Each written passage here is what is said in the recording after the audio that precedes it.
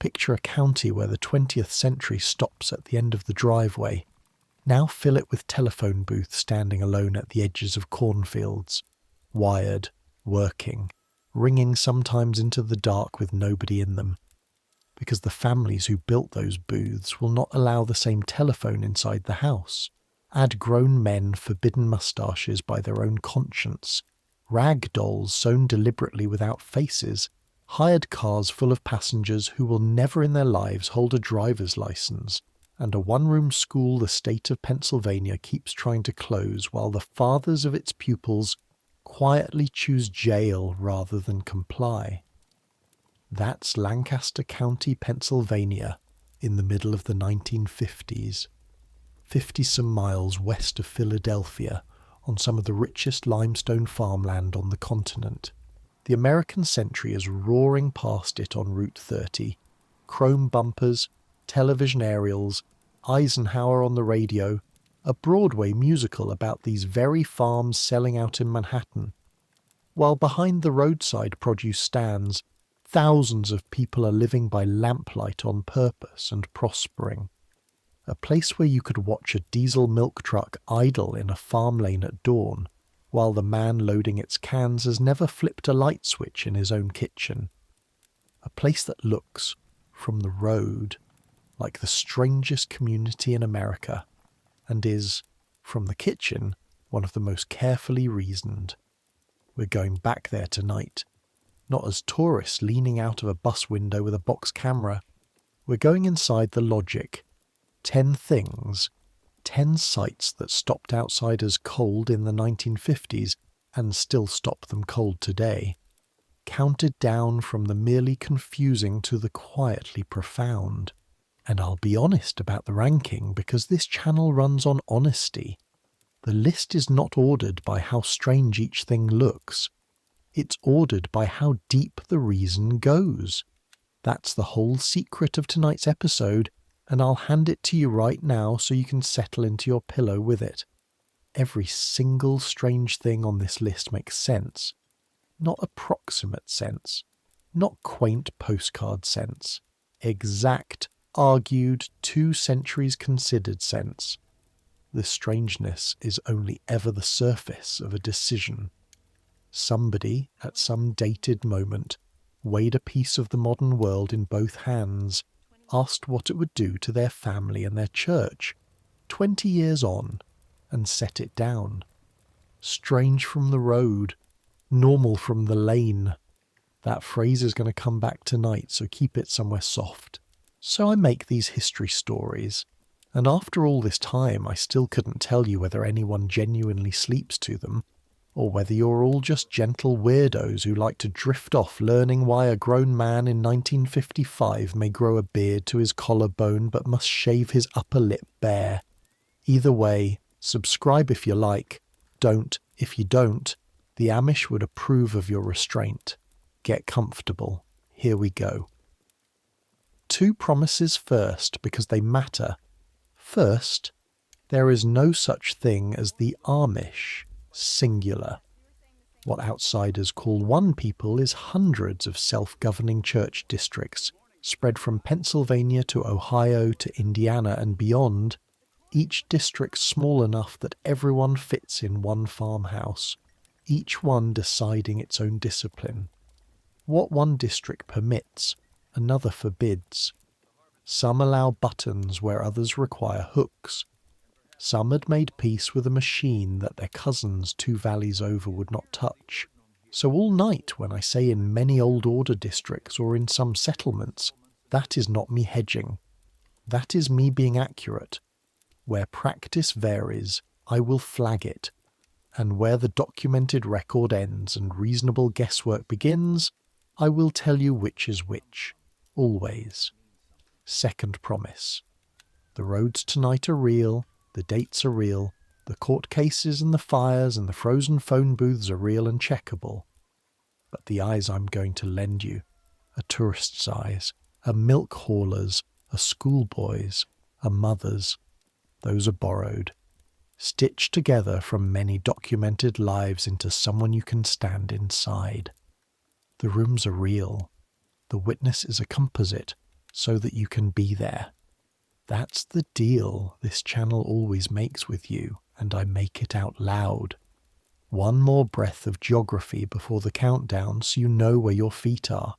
The people we're visiting are Old Order Amish, the plainest, most traditional branch of a family tree that starts in 1525 in Zurich, when a handful of young radicals decided that baptism only counts if a grown person chooses it, and rebaptized each other in defiance of church and city council alike. Europe called them Anabaptists, rebaptizers, and killed them for it, by fire and water and sword for the better part of 2 centuries. Hold on to that fact. It is not background colour. It is the taproot of nearly everything on tonight's list. In 1693, a Swiss-born elder named Jakob Amann, ministering to congregations in Alsace, split from his fellow believers over questions of discipline and plainness, and his people carried his name, Amish. In the 1730s, they started crossing the Atlantic. One of the first well-documented shiploads, the charming Nancy, reached Philadelphia in 1737, and they found in Penn's tolerant colony the 2 things Europe had never once offered them: good land and the right to be left alone. By the 1760s, they were settling into Lancaster County. By the 1950s, where we're standing tonight, their descendants had been working the same townships for nearly 200 years, longer than the United States had existed around them. And in the 1950s, the world came to stare. This is the decade the staring became an industry. In January 1955, a musical called Plain and Fancy opened on Broadway, set in Bird in Hand, Pennsylvania, a real crossroads village. You can drive through it. And suddenly the tour buses rolled west with theatre programs still on the seats. Motorists idled along the 2-lane roads to photograph laundry. Sunday drivers parked at the ends of farm lanes pointing. The Amish, who consider posing for photographs a breach of the commandment against graven images and an exercise in vanity besides, turned their faces away, and the cameras clicked anyway. So understand the mood of the decade we're entering. One America accelerating, interstates being argued into existence, televisions multiplying by the million, and another America in the same county holding still, deliberately, skillfully, not because they didn't know what a television was, because they had looked at it, discussed it, and decided what it would cost them. The word they would use for the whole posture, and you should have this word before the counting starts, because it's the quiet engine under all 10 items, is Gelassenheit. It's Pennsylvania Dutch, inherited from older German, and it doesn't translate in one swing. Yieldedness, letting be. The submission of the self, to God, to the church, to the community, to the way things are done, where the century outside runs on self-expression, self-improvement, self-promotion, the farms we're walking tonight run on self-surrender, not humiliation, surrender, chosen, the way a voice chooses to join a hymn instead of singing over it. Community over self, the line between the church and the world. Keep those in your pocket. Every strange thing tonight is one of those 2 sentences wearing work clothes.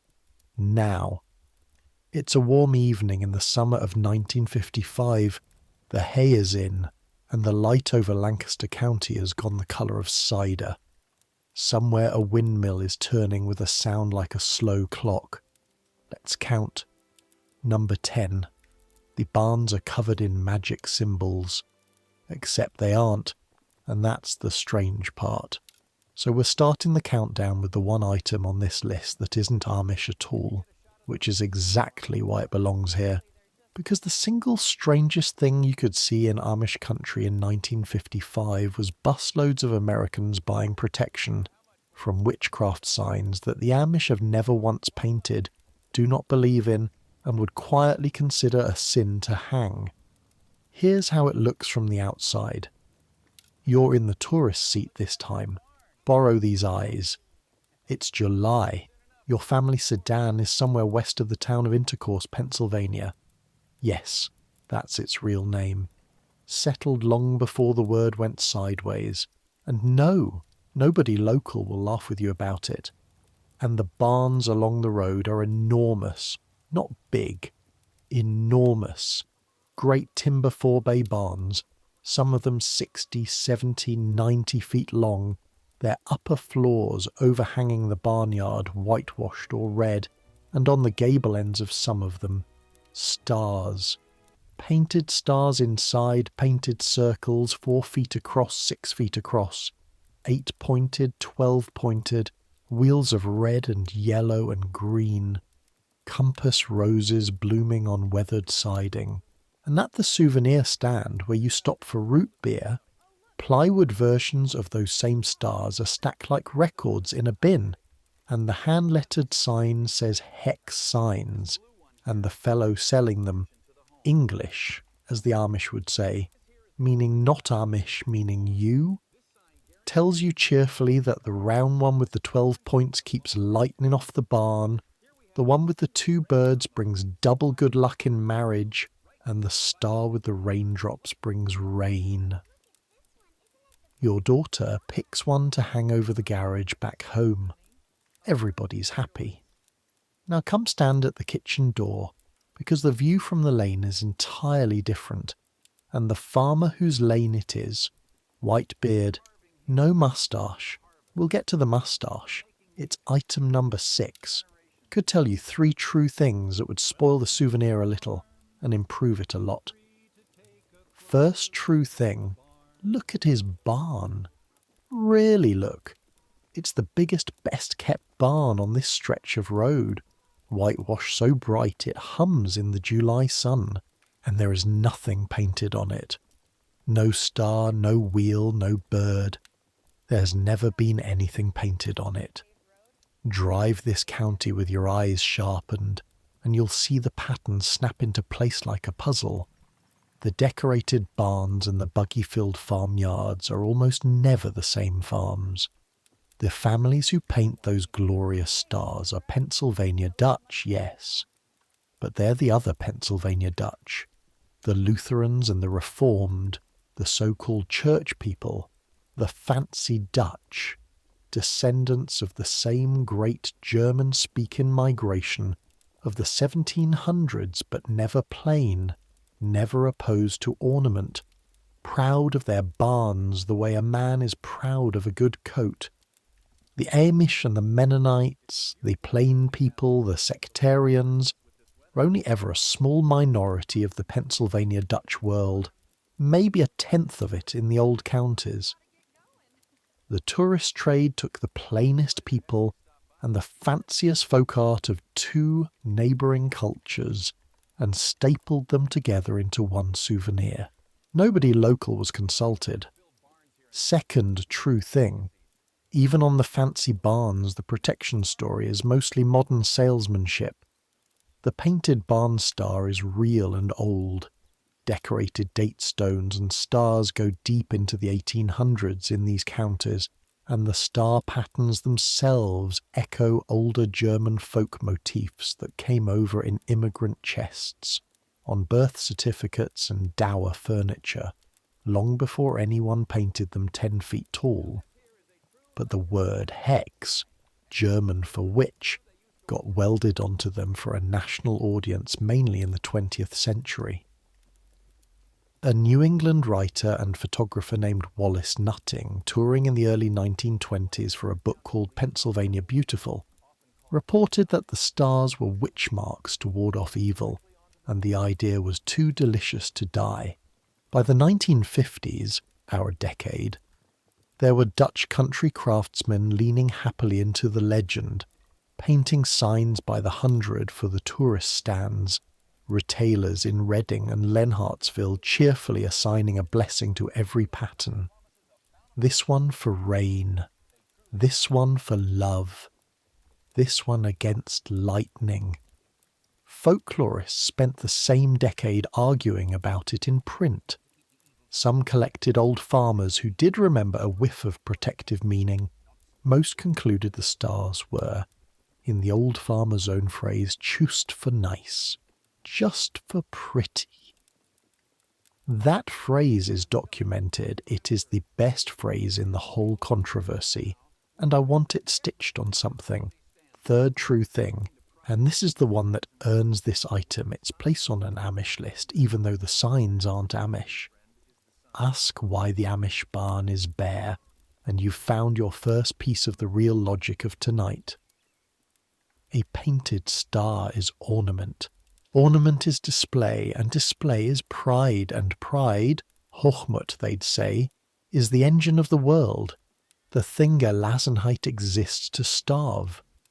A plain barn is not an undecorated barn. It's a statement, as loud in its way as the fancy Dutchman's 12-pointed star.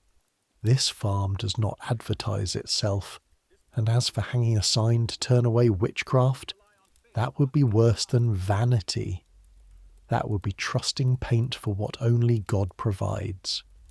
In many old order districts, a man who decorated his gable end would be having a quiet conversation with the deacon within the month, not shouted at, visited, asked to think about it. That's how the plain world enforces almost everything, and it works better than shouting ever has.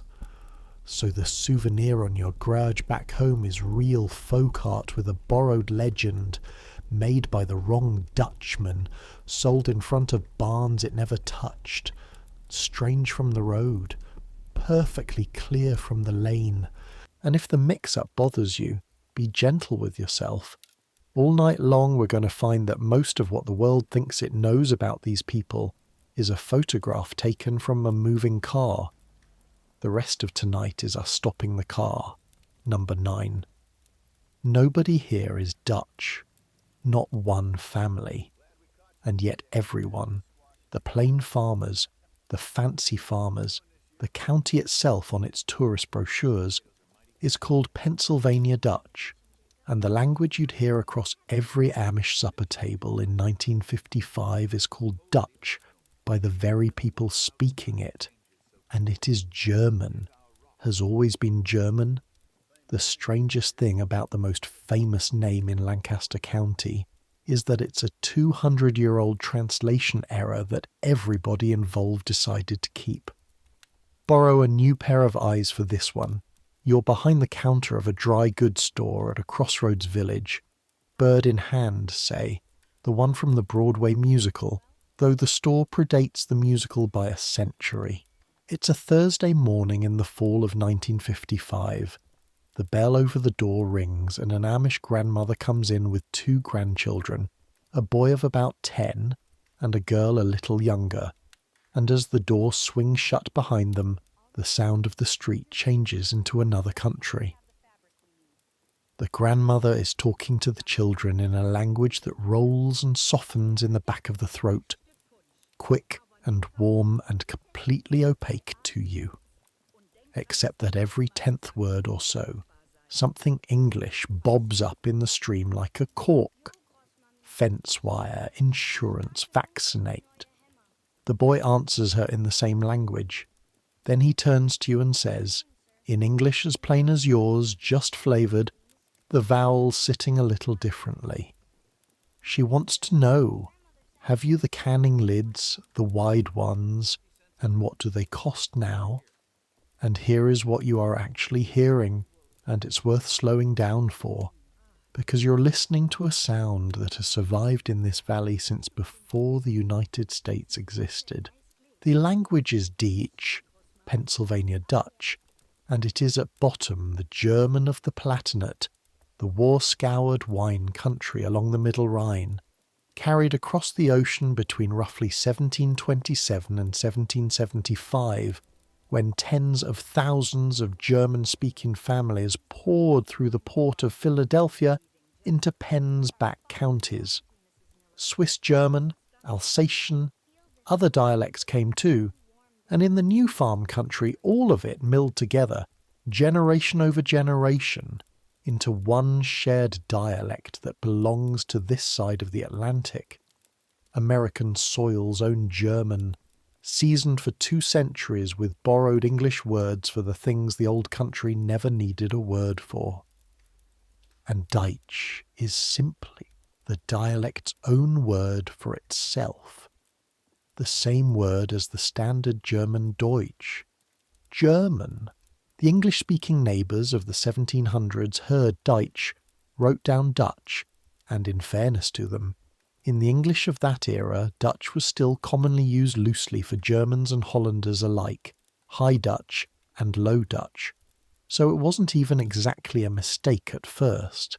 It only became one when English tightened up and the name didn't. The name stuck fast. 200 years on, the people themselves say it in English without blinking. We're Dutch, they'll tell you, meaning we are the German-descended folk of these counties, and if a stranger tries to correct them, well, the stranger is welcome to his opinion. Names like barns, you inherit them, you keep them painted, you don't tear one down because a tourist finds it confusing. But it's when you follow that grandmother home, kitchen door view now, that the language stops being a curiosity and becomes the first serious piece of architecture on tonight's list. Because that Amish boy at your counter isn't bilingual. He's trilingual, and each of his 3 languages has a job, and the jobs never trade places. Deutsch is the language of home, of the supper table, the barn, the joke, the scolding, courtship, grief, the whole warm interior of life. English is the language of the world, learned properly at school, spoken competently at the feed mill and the market stand and with you at the counter, and left outside the kitchen door like muddy boots. And above them both sits a 3rd language the outsider almost never hears.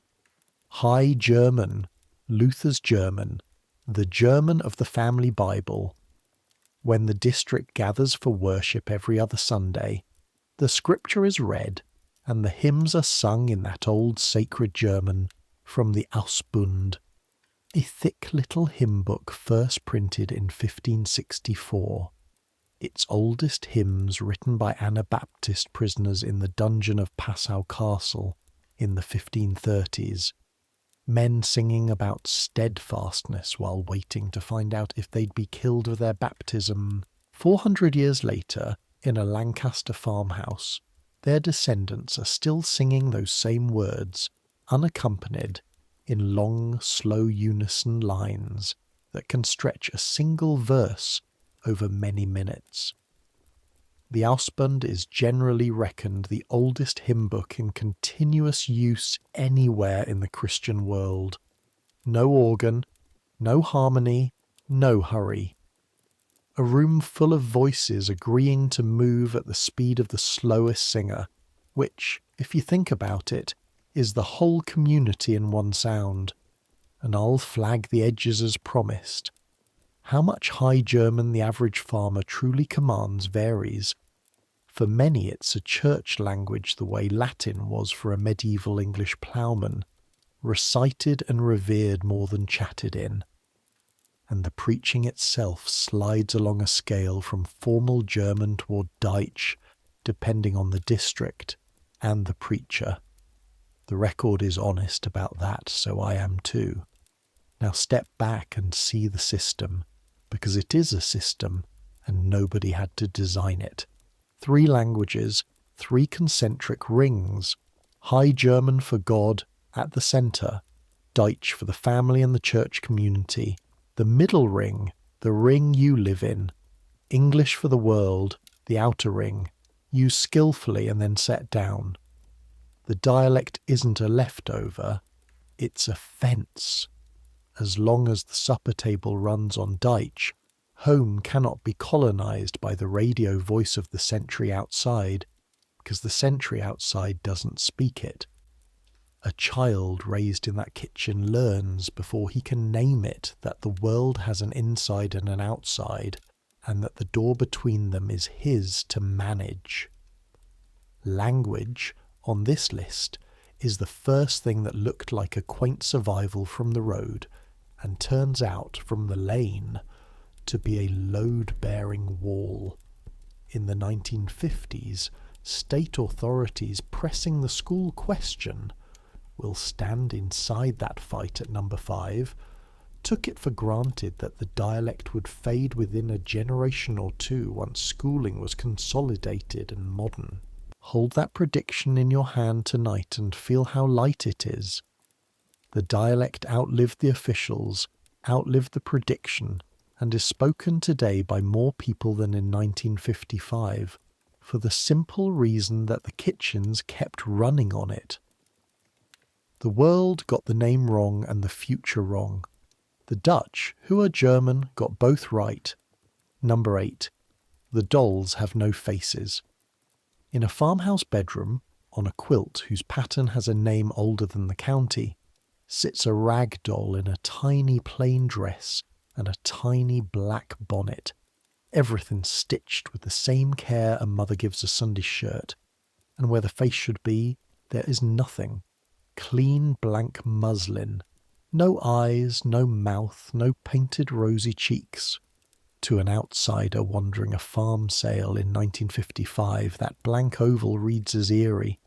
The tourist stands would eventually sell faceless dolls by the thousand precisely because the blankness gave visitors a shiver they mistook for history.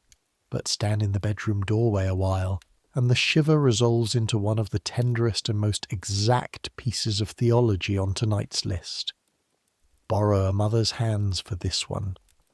It's a February evening, 1955, lamplight, the kind of Lancaster cold that makes the farmhouse tick and settle.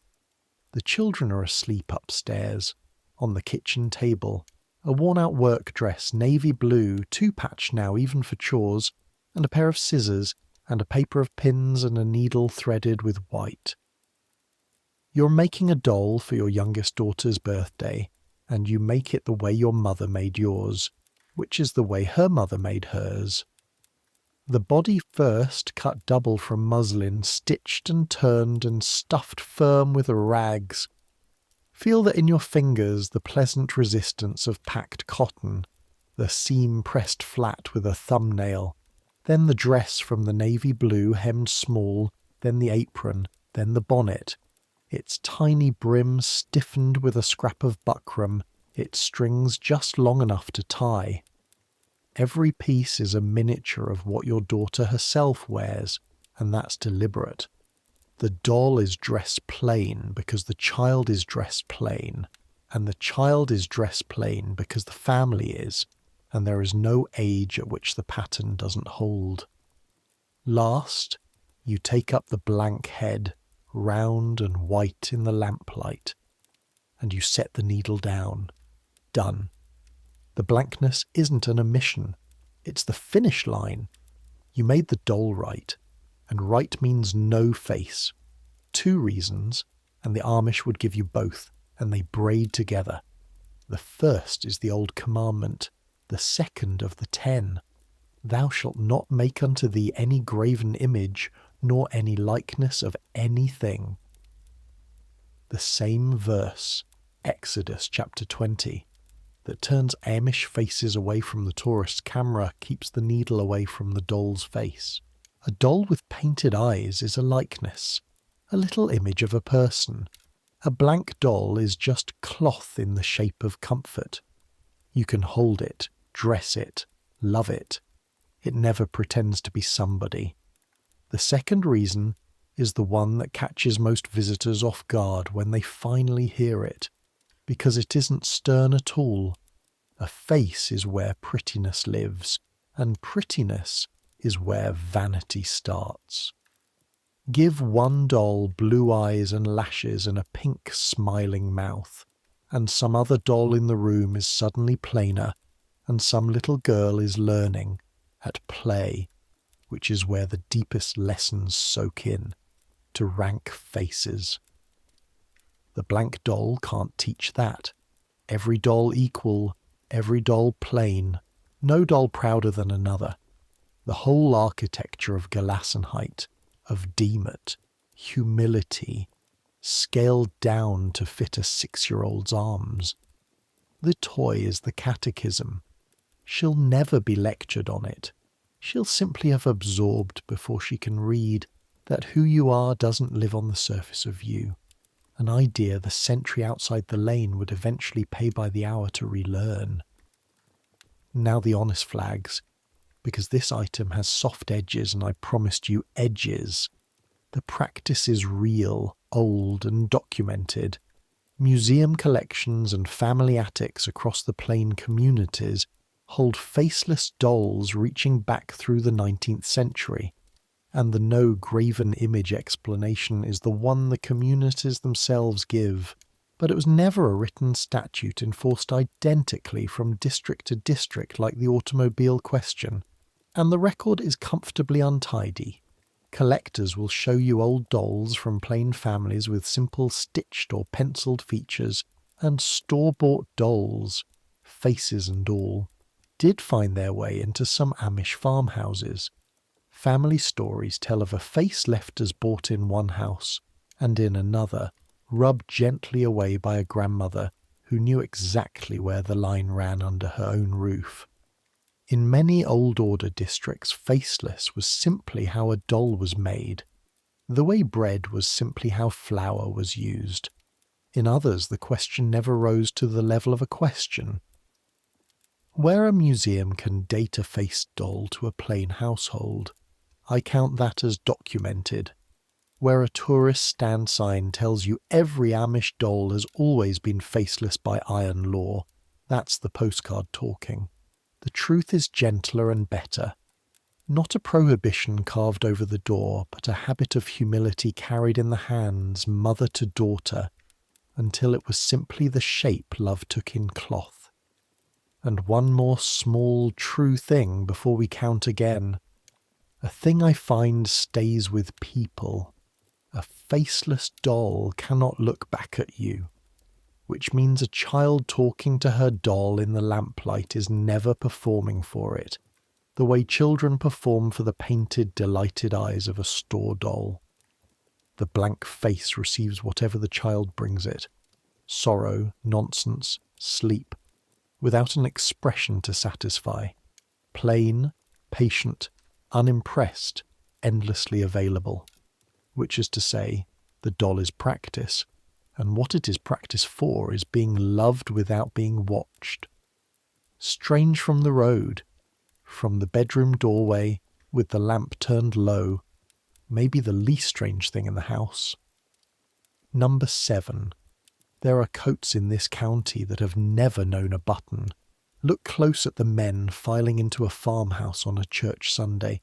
Dark coats, dark vests. And on many of those garments you will not find one button where a button ought to be. The coat closes with hooks and eyes, the small black kind a seamstress uses at the back of a collar, marching down the front of a grown man's Sunday coat like a row of quiet staples. And the women's dresses are stranger still to an outside eye. In Lancaster, a woman's dress traditionally closes with straight pins. Ordinary steel dressmaker's pins, slipped through the fabric edge-on, a dozen or more of them, worn all day, every day, through fieldwork and canning and church. Visitors in the 1950s hearing this always asked the same 2 questions in the same order. Doesn't that hurt? No, not if you've pinned a dress every morning since you were 7. And then, helplessly, but why? Stand at the counter for the outside view first. You're back in the dry goods store, and it's a raw Monday in March of 1955, and an Amish woman is buying notions. What she puts on the counter is an inventory of the whole system, if you know how to read it. Papers of straight pins, a dozen cards of black hooks and eyes, black thread, navy thread, a bolt end of plain purple cotton. Solid colours only, no prints, never a print. And, this is the part that surprises people, buttons, plain white buttons, small ones. because the men's everyday work shirts in most Lancaster districts button perfectly ordinarily. So, in many districts do trousers and children's everyday clothes. The line doesn't run between buttons and no buttons. It runs, like every line tonight, between plain and proud. And to see where it comes from, you have to leave the counter and go back about 300 years. Go back briefly to Europe, in the age when the Amish became the Amish. The 17th century was the great age of the button, and not the modest button, the buttoner's jewellery. A gentleman of that world wore dozens of them, sometimes hundreds. Silver buttons, gilt buttons, buttons of polished brass sewn in double rows down coats designed mainly to display them. And nowhere did buttons blaze like they blazed on soldiers. The military coat of the 17th and 18th centuries was bonfire of brass. Rows of bright metal buttons were practically the uniform of the profession of killing. Now set against that glitter are people who had spent a century being hunted.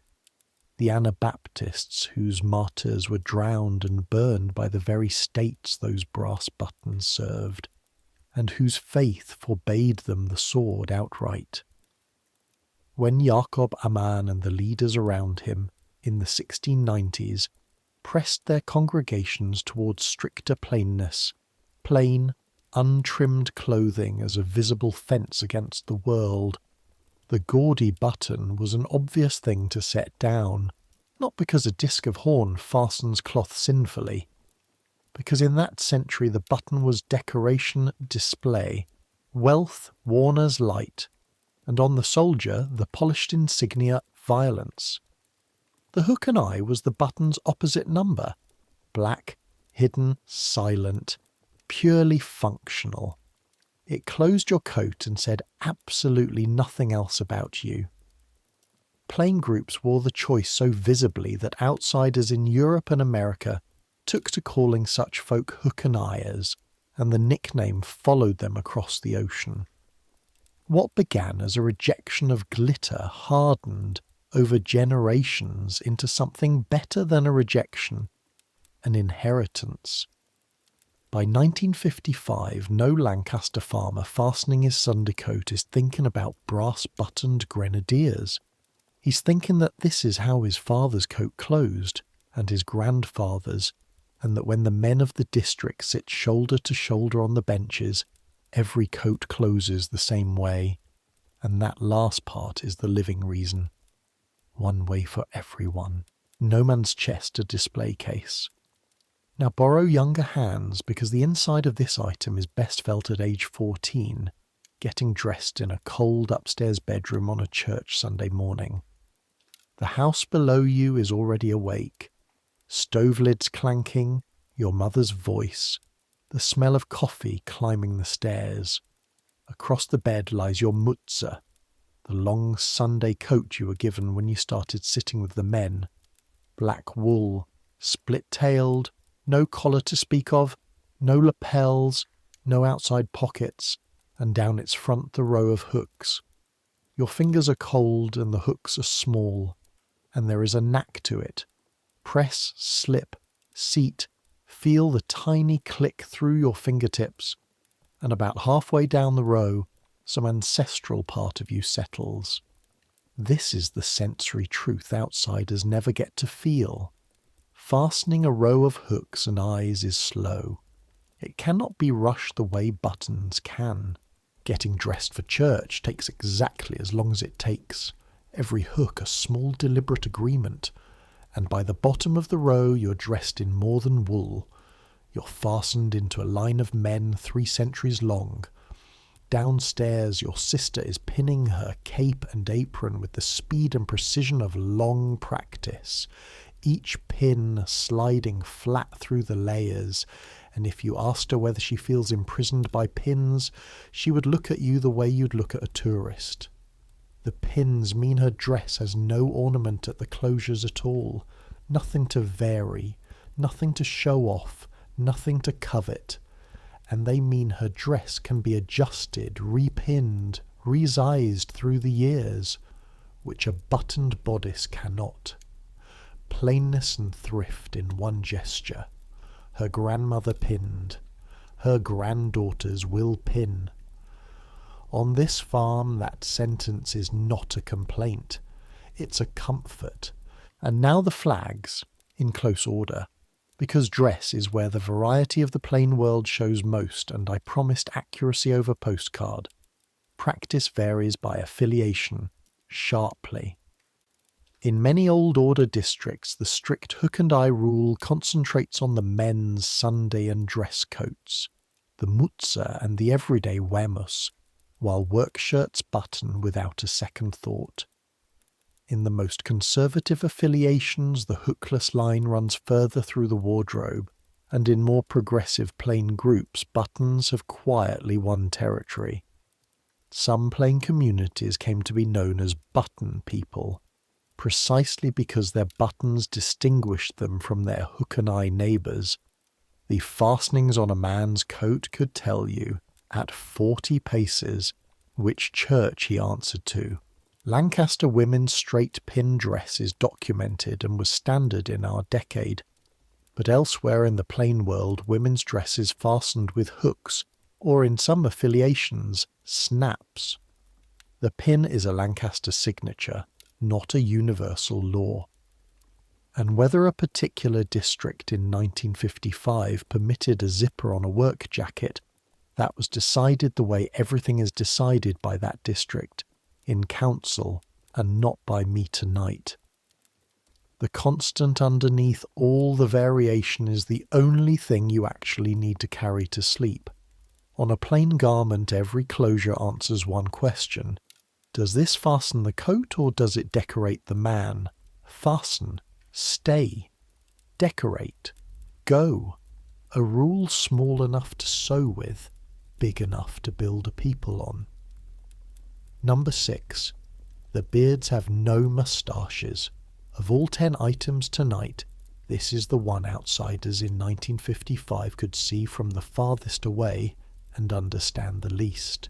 Every married man in the county wears a full beard, at market, behind the plough, dozing in the back of a hired car, and every one of those beards stops dead at the corners of the mouth. The upper lip is shaved, not trimmed close, shaved clean, deliberately, every day or two, by men who otherwise never touch a razor to their faces again after their wedding season. A face you could pick out of a crowd of 10,000, the long soft beard of a patriarch under the bare lip of a schoolboy. Tourists assumed it was simply the fashion of a frozen century, some quirk of the 1700s preserved in amber. It is almost exactly the opposite. The bare lip isn't an old fashion kept, it's an old fashion refused. And once you know which fashion, you can read the whole history of these people in a stranger's face at a cattle auction. Do the outside view properly. You're English. You haul milk cans for the dairy on the early route, and it's 5:40 on an October morning in 1955, your headlights swinging into a farm lane where the farmer and his 2 sons are already rolling cans across the cowyard on a steel dolly, breath steaming. The farmer is maybe 50, beard to the second button of his coat, grey as a November sky, lip bare. The older son is newly married, and on his jaw is that unmistakable first-year beard, soft, patchy at the edges, earnest, his lip shaved raw in the cold. The younger son, 17, courting but not married, is clean-shaven entirely, whole face smooth, 3 faces in your headlights, and here is what you can read off them like a parish register, because in this community a man's face is a public document. The smooth-faced boy is unmarried. The soft-bearded one has taken a wife within the year or so. The grey beard has kept a household for a quarter century. No wedding rings here. Plain hands wear no jewellery. A ring being ornament, see item 7. So the beard does the ring's whole job. It begins at marriage in Lancaster custom. In some other affiliations at baptism, there's your variation flag. The communities themselves differ, and I won't flatten them. And from the day it begins, scissors and razor never touch the jaw again. To trim a beard for shape, to barber it handsome, would be vanity. To shave it off entirely would be to erase your own marriage from your face. And in the old discipline, a shaved-off beard was read as open rebellion against the church. The beard is not a style, it's a vow, growing. But the lip, why must the lip be bare? Kitchen door view, and for this one the kitchen door opens onto the 17th century. Picture the Europe the Anabaptists survived. A continent of standing armies, and atop the lip of nearly every officer and cavalryman, the moustache, waxed, curled, cultivated, the international badge of the military man.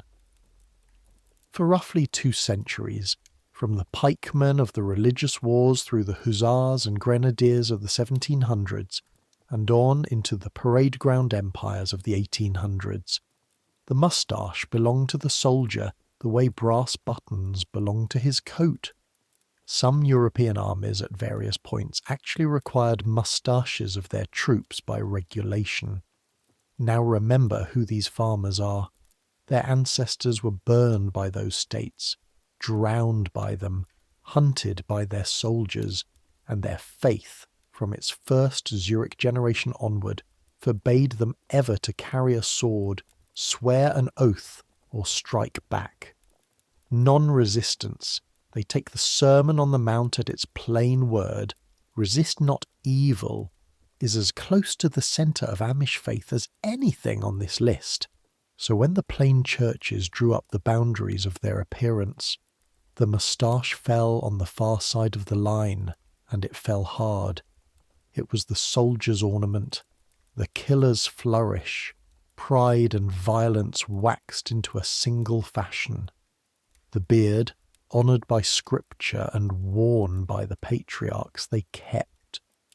The moustache, worn by the men who hunted them, they cut away, and kept cutting every week for 300 years, long after the armies themselves moved on to other faces. That's what you're seeing in your headlights at 5:40 in the morning. Not a costume, a negative image of European militarism renewed by razor on the face of a man who has never raised his hand against another human being, and whose church would not let him if he wished to. And the record of that refusal is real, and dated far beyond fashion. Within living memory of our 1955 morning in the World Wars, Amish and other plain conscientious objectors took abuse, prison terms, and in the First War outright brutality in the camps rather than put on the uniform. The bare lip is the oldest conscientious objection in America, worn where everyone can see it. One honest edge, as promised, so the record stays clean. Like most customs that are 3 centuries old, the moustache band's origin story is better documented in its logic than in its paperwork. The plain church's own explanations, passed down and recorded by the scholars who work among them, are the ones I've given you. The moustache as military and worldly ornament, and the 17th century context fits them like a glove fits a hand. But no surviving minute book from Ammon's day says in so many words on this date, we renounced the moustache, and here is why. I will always tell you which is which. The practice is iron documented, universal and old. The explanation is the community's own tradition, strongly supported, not notarized. History is like that more often than the postcards admit, and so, at day's end, is the item itself. What looks from the tour bus like the strangest grooming in America is, from the lane, a wedding ring, a war memorial, and a white flag, grown, not worn, and never once taken off. Number 5, school ends at the 8th grade. Forever. In the America of 1955, the America of the GR Bill, of college enrollments doubling, of a whole national religion of getting ahead through education, there is a community whose children walk out of a one-room schoolhouse at 13 or 14, having finished the 8th grade, and never sit in a classroom again. No high school, not ever. And when the state of Pennsylvania tried to force the question, and it tried hard for years, right up into the very autumn we're standing in, Amish fathers by the dozen let themselves be fined. And when they would not pay the fines on principle, let themselves be led into county jail, grey-bearded men in broad-fall trousers behind bars, rather than send a 14-year-old to high school. To the outside eye, there may be no stranger sight on this entire list. A peaceable, prosperous, tax-paying people choosing jail over 9th grade.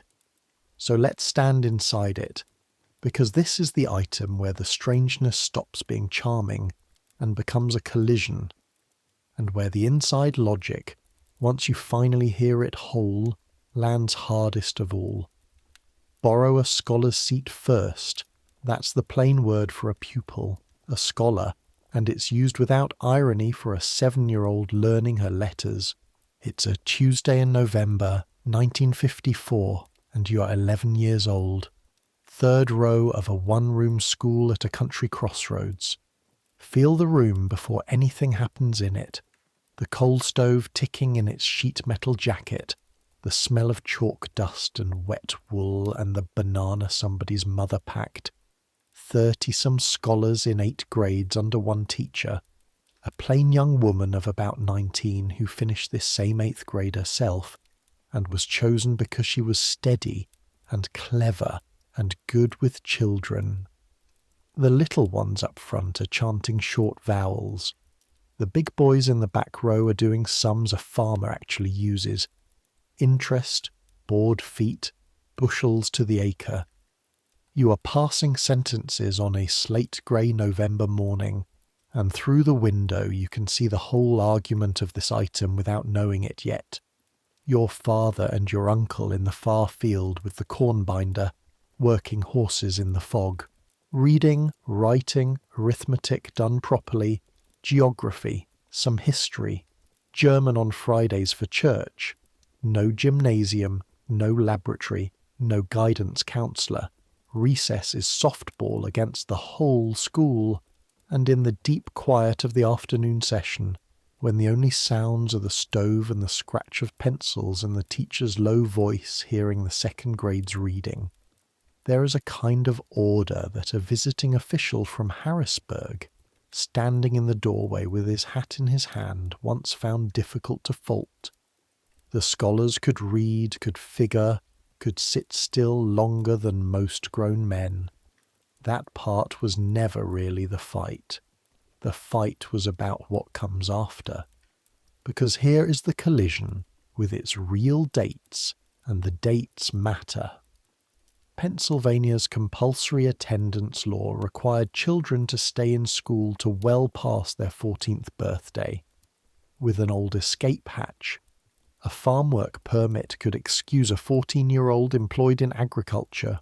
For decades that hatch was how the Amish and the state lived in peace. Finish 8th grade, take your permit, join the farm. 2 things closed it.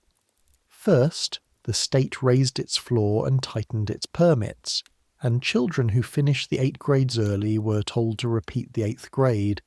Some Amish children sat through it 2 and 3 times, treading water by law, waiting to turn 14. Second, the townships began consolidating the one-room schools, busing children away from the crossroads school their fathers could see from the barn, into big new graded schools in town, with strangers for teachers and the world for a curriculum. The Amish had watched that fight before.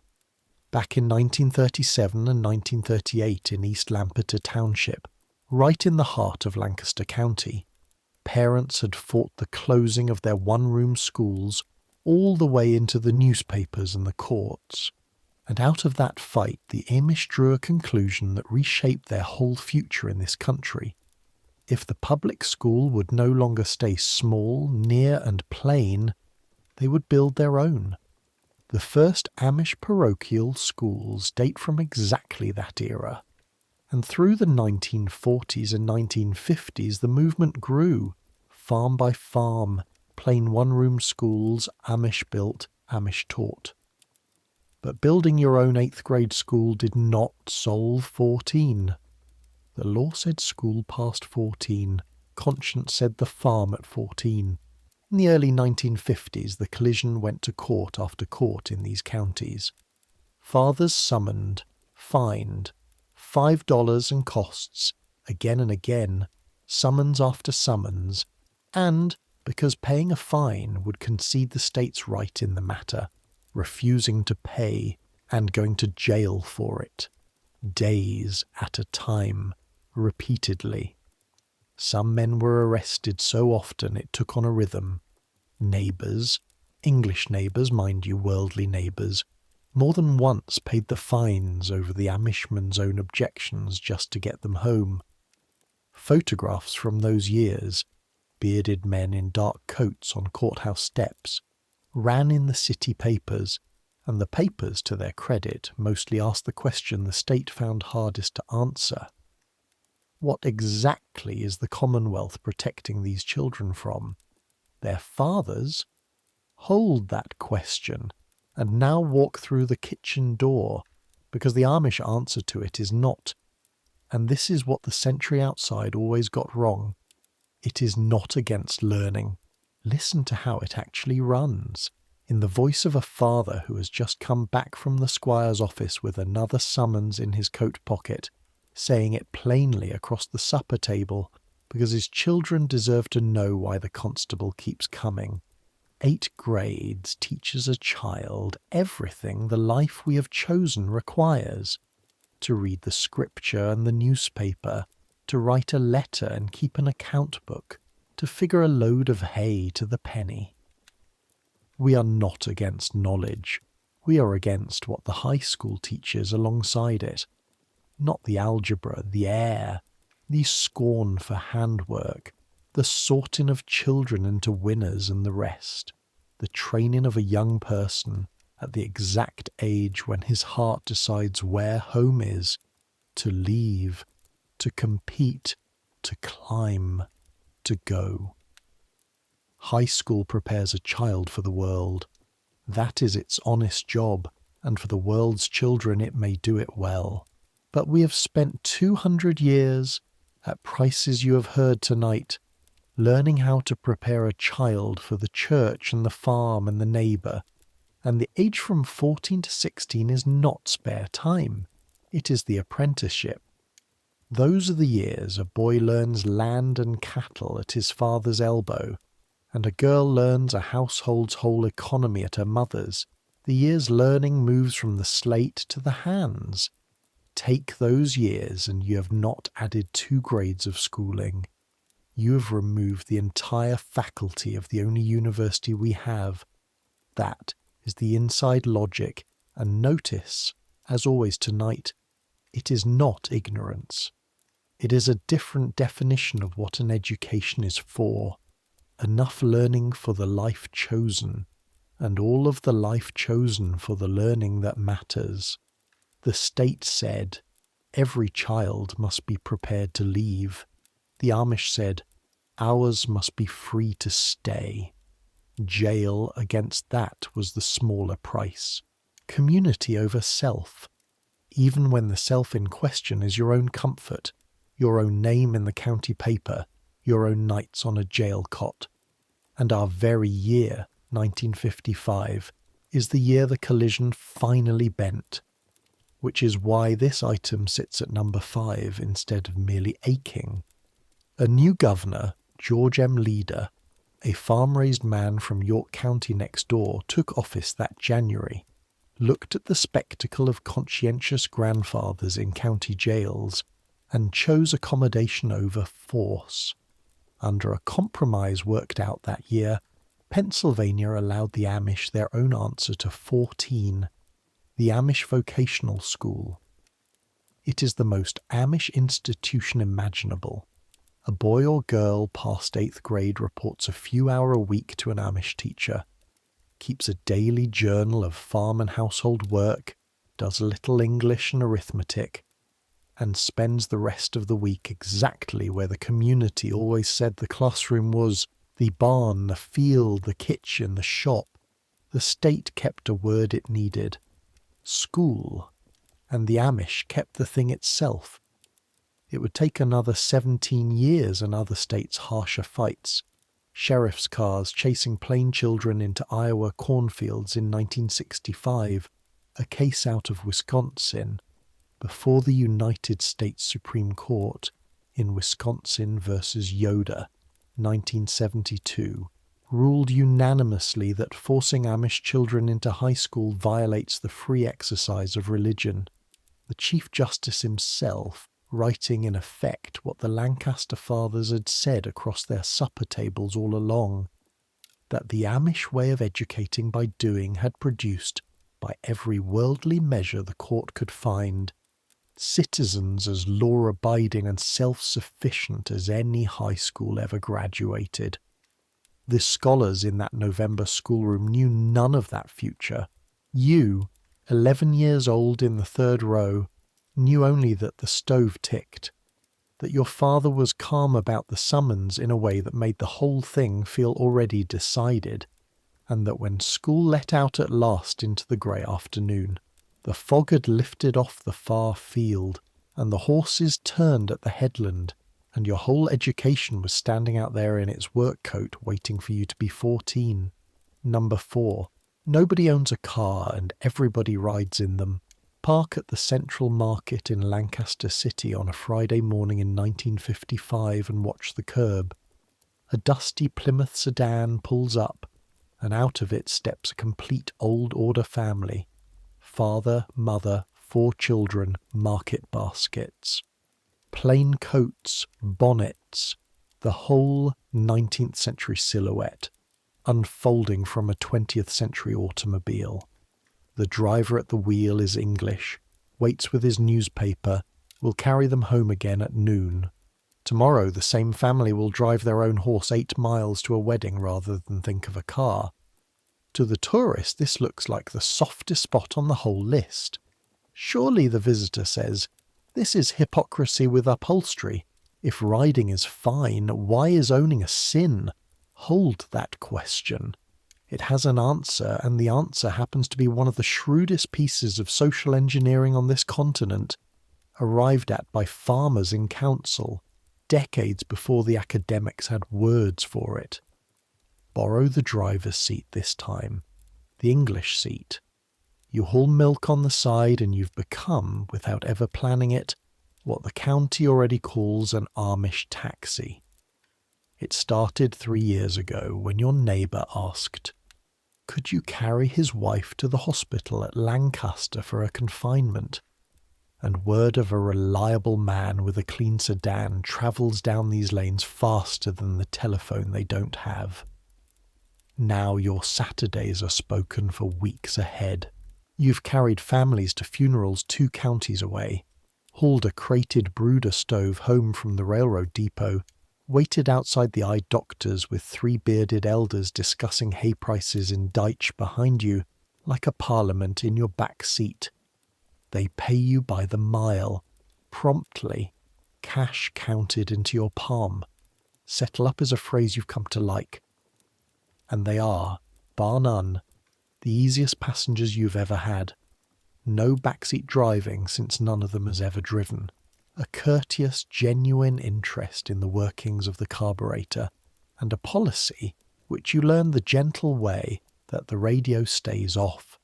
The one thing they will never do, not once, not to save an hour, is touch the wheel.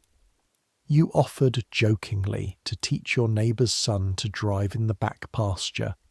The boy's father smiled into his beard and said the sentence you've thought about ever since.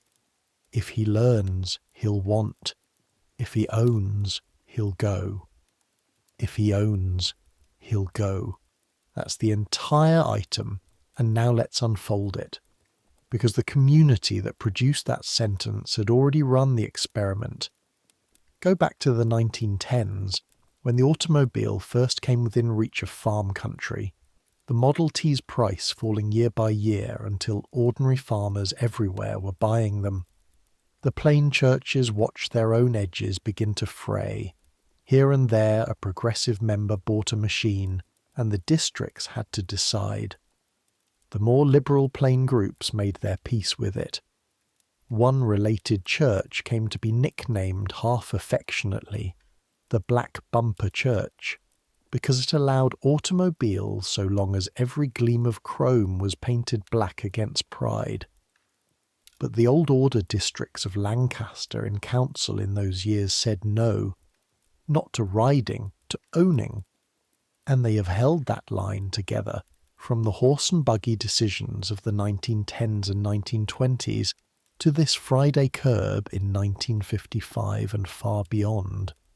Not because an engine is wicked. You already know tonight's people better than that.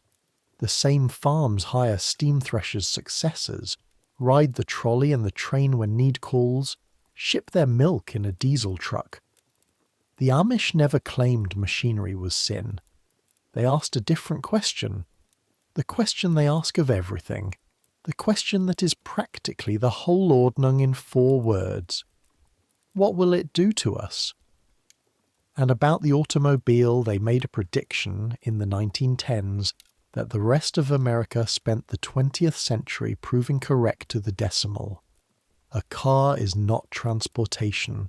A car is distance. Owned. Put one in every barnyard and the arithmetic of community quietly explodes. The church district is built on the buggy. A district is however many families live within a comfortable horse's drive of one another, 8 miles an hour or so to worship, which is why a district stays 25-35 households, small enough to meet in one farmhouse, small enough that everyone is known, everyone missed, everyone needed. The horse, you see, is not a quaint slow car. The horse is a compass drawing a circle around home, and inside that circle is everything: your church, your kin, your help in trouble, your children's futures, the neighbours who will raise your barn. Wait for number 3. Give every family a car and the circle dissolves. Sunday visiting stretches to 40 miles, then to whenever. The young find jobs in town, then friends in town, then lives in town. Shopping leaves the crossroads store closes. Nobody decides to abandon anybody. The distance just accumulates, tank by tank, until community is something you drive back to twice a year. The Amish looked at the shiny machine in 1915 and saw 1970 coming. If he owns, he'll go. But then why permit riding at all? Because, and here is the elegance the hypocrisy charge always misses, the danger was never motion. It was ownership with its keys in your own pocket. A hired car is a tool that stays outside the fence. You must ask, arrange, pay, and share. It waits at the curb like the world itself, useful and outside. An owned car is inside the fence, instant, private, always whispering from the barnyard that anywhere is easy. Using without owning keeps the machine a servant and never lets it become an appetite. The line looks thin from the road. From the lane, it's the difference between drinking from a well and moving into it. And your flags, in order. Practice varies by affiliation. The strictest communities in other states frowned on hiring cars for anything short of emergency. More progressive plain neighbours owned them outright, and each old order district drew its own fine print about when hiring was fitting. Hospital, yes. Market, yes. Joyriding, never. By our 1955, the arrangement was so settled that Amish taxi was simply a job English neighbours did, unlicensed as such, uncontroversial, indispensable. One more seam, like the milk truck, where the 2 Americas of this county quietly buttoned into each other. Or rather, this county hooked. Number 3. Nobody here buys insurance, and nobody here is uninsured. In the America of 1955, an America stitching itself a safety net out of premiums and policies, an America where the insurance salesman with his rate book and his firm handshake is practically a figure of folklore, there is a community that turns him away at every single farm lane, politely, with coffee if he wants it, and has been turning him away for generations. No fire insurance from any company, no life insurance at all. A wager on death, they'd call that. And worse, a declaration that you expect money to do for your widow what the church exists to do. And in the very years we're standing in, this same community had begun refusing something even the poorest English farmer was learning to count on: social security itself. Old age insurance from the government of the United States declined with thanks. To the outside eye, it looks like the most reckless item on tonight's list. A people one lightning strike from ruin, bare to every wind. And then a barn actually burns, and the outside eye gets to watch what these farms carry instead of policies, and the word reckless quietly dies in the observer's throat. So let a barn burn. Borrow the neighbour's eyes. English eyes again, the farm across the road. On a hot night in late July 1955, you wake to your dog losing his mind and an orange light on your bedroom ceiling, and by the time you're into your boots, the Amish farm across the road is a torch. A barn fire in dry hay season is not a fire the way a stove is a fire. It is a single animal roar, heat you can feel across 200 yards of road, the great timber 4-bay barn, 90 feet of oak frame, a season's hay in the mouths, unbuildable, unsavable. Everyone knows it in the first minute. What can be gotten out is gotten out. Horses first, plunging and wild-eyed, cows loosed into the night pasture. The fire company comes from the crossroads and does what fire companies at barn fires mostly do, which is save the house. And it's here, standing in your own barnyard watching your neighbour's 20-year inheritance go up in a column of sparks you'll find in your gutters for a week, that you witness the first strange thing. The farmer himself, lit orange, hatless, watching it burn, and he is not destroyed. Grave? Yes. Silent? Yes.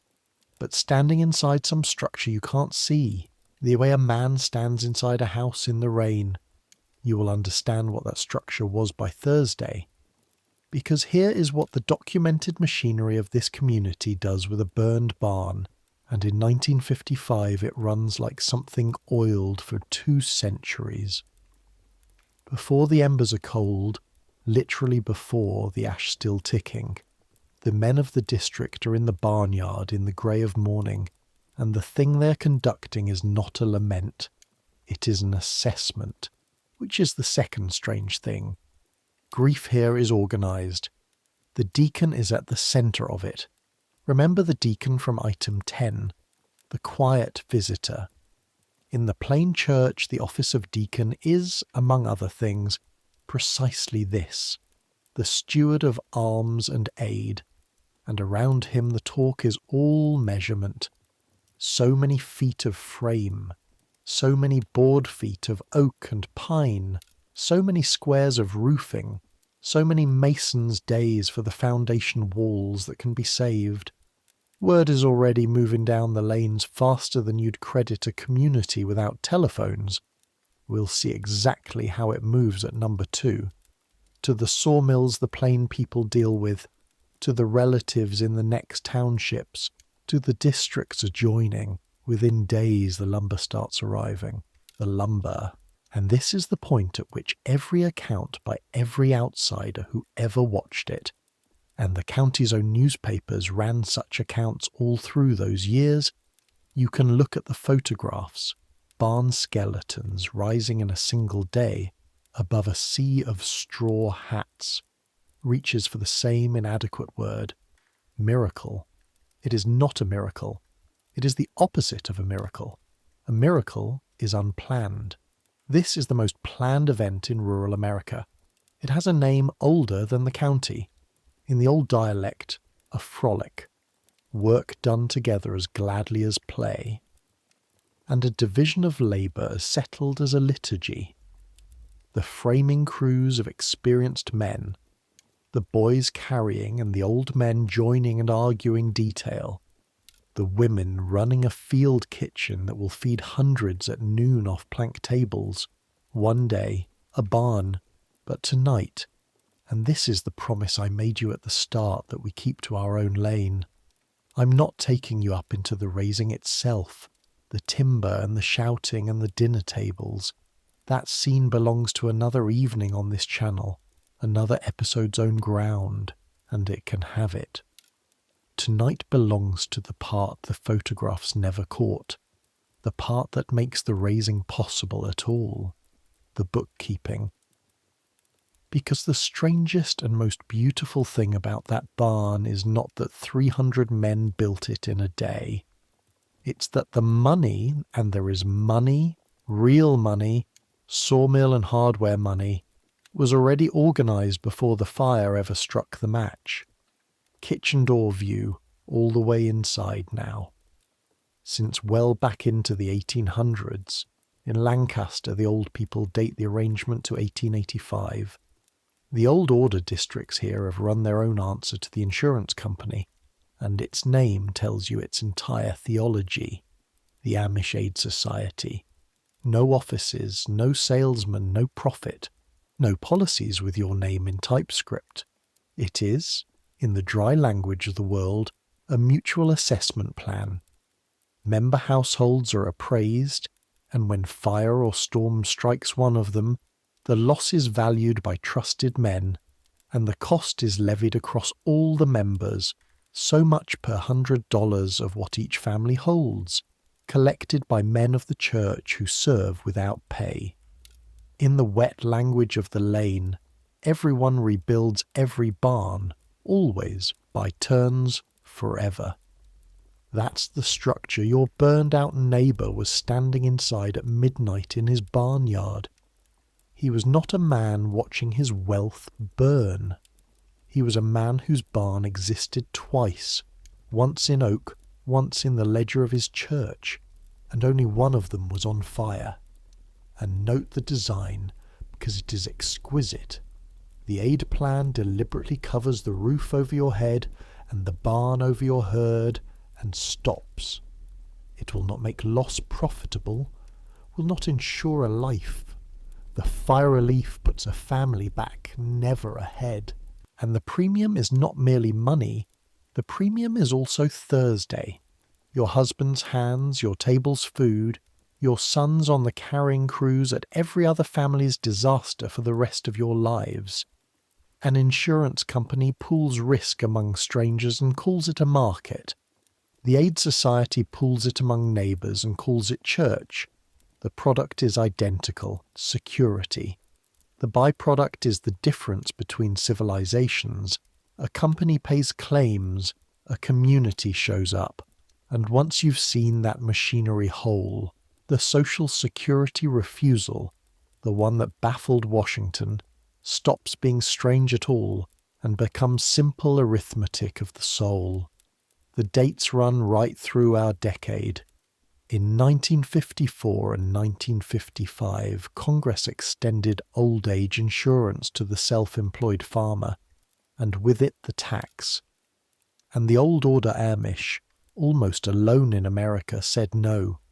No to the tax, and mark this, no to the benefits, which settles the question of motive.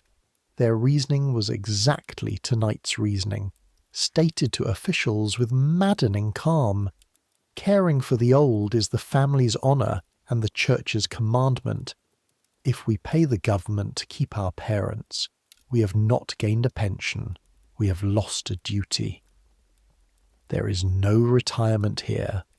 There is the gross Dawdy house, the grandfather house attached to the main farmhouse, where the old couple lives amid grandchildren needed daily until the end. Commanded, the elders would say, by the same scripture that orders the whole list. bear ye one another's burdens. The collision that followed belongs mostly to the years just after our evening. Through the late 50s, the IRS pressed, liens were filed, and in 1961 came the case that made the country flinch. An Amish farmer in Ohio named Valentine Byler, behind on a tax his conscience refused, had his 3 plough horses seized by federal agents out of the field in spring work. The newspapers, city papers, worldly papers, were merciless toward the government. Even the IRS's own reflection afterward conceded the harvest of that seizure was mostly shame. And in 1965, when Congress built Medicare, it wrote into the law an exemption. Members of religious sects conscientiously opposed, with their own tested tradition of care, the Amish clause. The government of the United States in statute formally acknowledging what you watched in a barnyard on a July night, that there exists in Pennsylvania an insurance older than the Republic, whose actuaries are deacons, whose premiums are casseroles and framing crews, and whose coverage, measured against anything a salesman ever carried up a farm lane, is total. Your flags, briefly, for the record's sake. The aid arrangements vary. Lancaster's society is the old documented model. Other settlements ran fire aid more informally out of the Deacon's Fund and the past hat, and the Social Security standoff's full resolution came after our decade in 1965, when the self-employed Amish won their statutory exemption. But the principle never varied anywhere by an inch. No policy, no premium, no stranger's signature under your family's safety.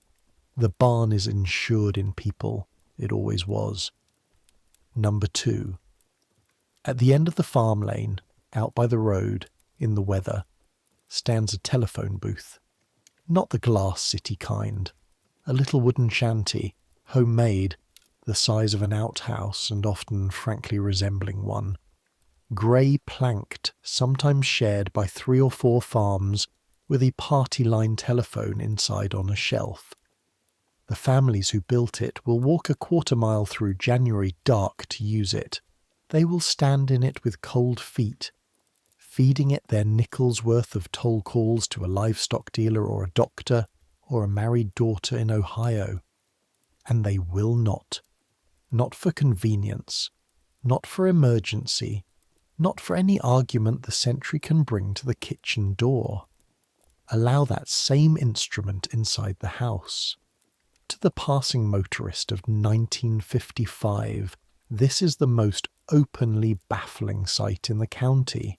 Stranger than the buggies, because the buggies at least are consistent. Here is a people who have plainly decided the telephone is permissible. There it stands, wired and humming, and equally plainly decided it must live outside, like a useful animal too rough for the parlour. A tool on a leash, in a doghouse, at the end of the lane. The tourist laughs, and then, some winter night, the tourist hears the actual story and stops. Because the phone shanty is not a compromise.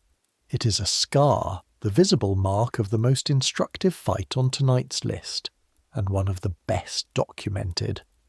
The plain churches are among the only communities on earth that adopted a modern technology, lived with it, watched what it did to them, and then, deliberately, put it back out of the house. The dates are real. Around the turn of the century, as farmers' telephone lines spread through rural Pennsylvania, often strung by the farmers themselves, fence wire cooperatives, neighbours sharing a circuit. Telephones came into a number of Amish homes like anybody's homes, and within a few years, by about 1909 and 1910, the Lancaster districts were in turmoil over them, and the trouble, preserved in the community's own memory and gathered later by the scholars who work among the plain people, was not electricity and not modernity in the abstract. The trouble was talk, The party line, a dozen households on one shared circuit, every receiver able to lift into any conversation, turned out to be a machine for gossip of a purity the world had never achieved before. Invisible listening, idle talk without faces, quarrels carried at wire speed, tale-bearing that a walk between farms would once have cooled. In a church whose discipline runs on the spoken word face to face, remember it from item 10. The deacon visits, the member answers, everything mendable is mended in person. The disembodied voice was acid. There are accounts of the actual breaking point that differ in detail by district, as honest memory does.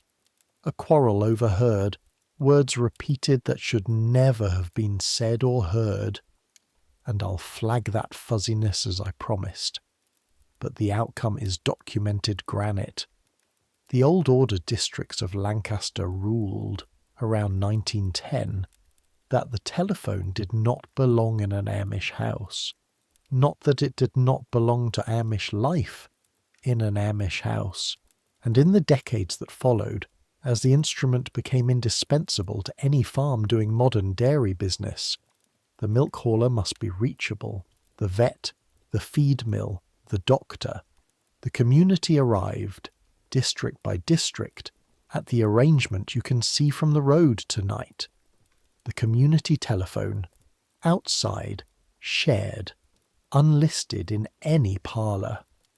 By our 1955, the shanties are simply part of the landscape, weathered grey like the fence posts, and the line they draw is understood by every child who has ever been sent running down a dark lane with the nickel.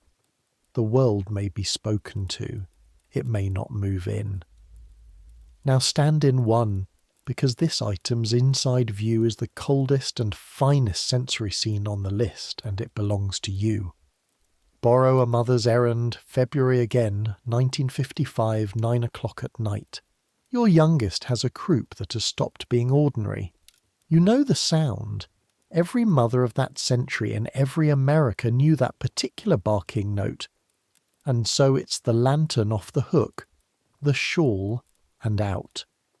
The cold takes your face the moment the kitchen door shuts behind you, and the lane is a quarter-mile of blue snowlight and black ruts, your boots creaking, the lantern swinging its circle, the farm behind you going small and yellow-windowed.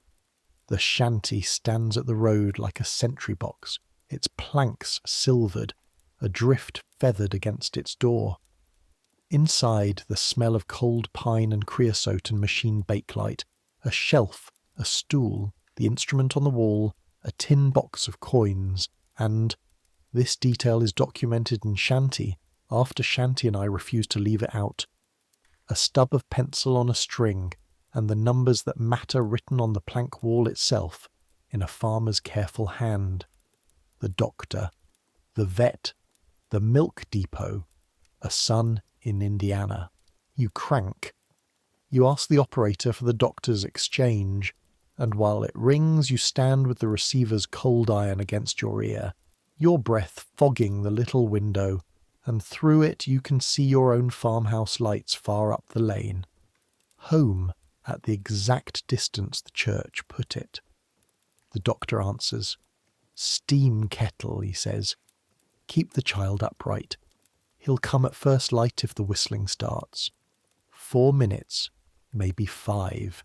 You hang the receiver on its hook, note your toll on the honour sheet, and walk back up the lane with the lantern, and somewhere in those 500 steps is the entire meaning of item number 2. The world's voice reached your family tonight. Skill, medicine, help, everything good the wire carries. And it reached exactly as far as the end of the lane, and no farther. Tomorrow it will not ring through your supper.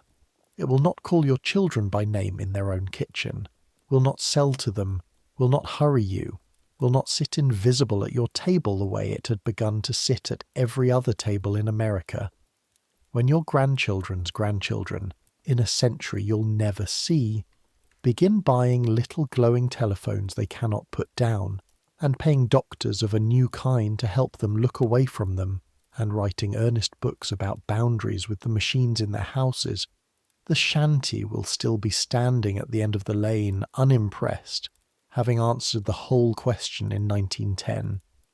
It was never whether to use the world's tools, it was where they sleep. The Amish answered, outside. The home is for faces. And of all 10 items tonight, this is the one the outside century has slowly stopped laughing at. Number 1. At 16, they let them go. The strictest, most fenced, most carefully bounded community in America. The people who put the telephone out of the house and the moustache off the face, who jailed themselves rather than surrender 2 years of a child's apprenticeship. This same people, when a child turns 16, opens its hand. The rules loosen, the oversight softens. The boy gets a courting buggy of his own and his own horse, and Saturday night. The girl gets her circle of friends and her singings and her own quiet latitude. And the church, this is the part the outside world has never quite been able to believe, the church looks away, on purpose, for years. The old dialect word for this season has by now leaked out into English and been so mishandled by it that I want to set it down carefully. The way you'd take a good tool back from someone who was using it as a hammer, rumspringer, running around, not, despite everything the world's magazines and later its television cameras would breathlessly claim, a sanctioned plunge into vice, not a ritual expulsion, not the church daring its children to destroy themselves, just the running around years, the season between 16 and marriage when a young person is no longer a child under the family's rule and not yet. This is the hinge the entire item and honestly the entire episode turns on, not yet a member of the church. Because you cannot be born Amish. Hold that sentence. Of everything I've told you tonight, it is the load that all the other beams carry down to. Nobody in this county was ever born Amish. Every single soul under every one of these bonnets and broad-brimmed hats chose it, out loud, as an adult, on their knees, of their own free will, or is still deciding. And Rumspringa is the deciding. Outside view first, because the outside view is where all the myth grows. It's a Saturday night in June, 1955, and you're English again, driving home late on a back road east of Strasbourg, and your headlights pick up buggies. Not the sober family kind, but open ones. Courting buggies, moving fast, 2 and 3 together, a lantern swinging, young laughter carrying across the tobacco fields the way sound does on warm nights. In the village, outside the general store, a knot of Amish boys your headlights sweep across. Broad full trousers and suspenders, yes, but one has a store-bought shirt in a check no ordnung ever blessed, and another, you'd swear, a haircut trying its best to be Elvis under a straw hat, and from somewhere among the buggies, thin and tinny and unmistakable, a transistor radio is playing music nobody's bishop approves of. Sunday evening, if you drove past the right farm, you'd hear the other institution of Amish youth, the singing. Dozens of young people around long tables in a shed or kitchen, hymns first, faster ones than church allows, and afterward games and pairing off, and boys driving girls home the long way, which is the entire courtship system of this civilization, operating exactly as designed since before the Republic. Most of Rumspringa, and I need to say this plainly, because the record says it plainly, most of Rumspringa is exactly that tame. Volleyball and singings and ice cream suppers, sweethearts and slow buggies under summer dark. but not all of it, and the community itself would never claim otherwise. There are, in 1955, as in every generation, faster crowds and slower crowds. The young people sort themselves into named gangs, buddy bunches, some sober as deacons, some notorious. And in the fast crowds there are hidden radios and worldly clothes kept folded under buggy seats. There is beer.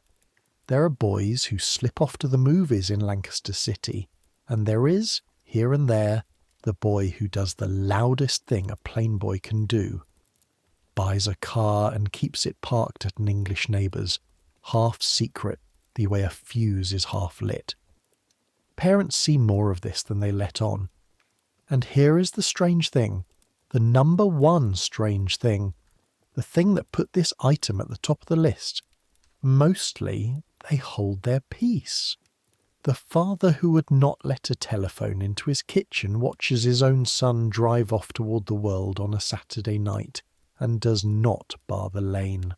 The church, which will discipline a baptized member for a buttoned coat, has no formal jurisdiction over this unbaptized 19-year-old at all. He has made it no promise, and it does not pretend to. Grief, yes. Worry, prayers, a mother lying awake listening for buggy wheels. But no locked door. To the outside eye it looks like the fence has a gap in it a mile wide.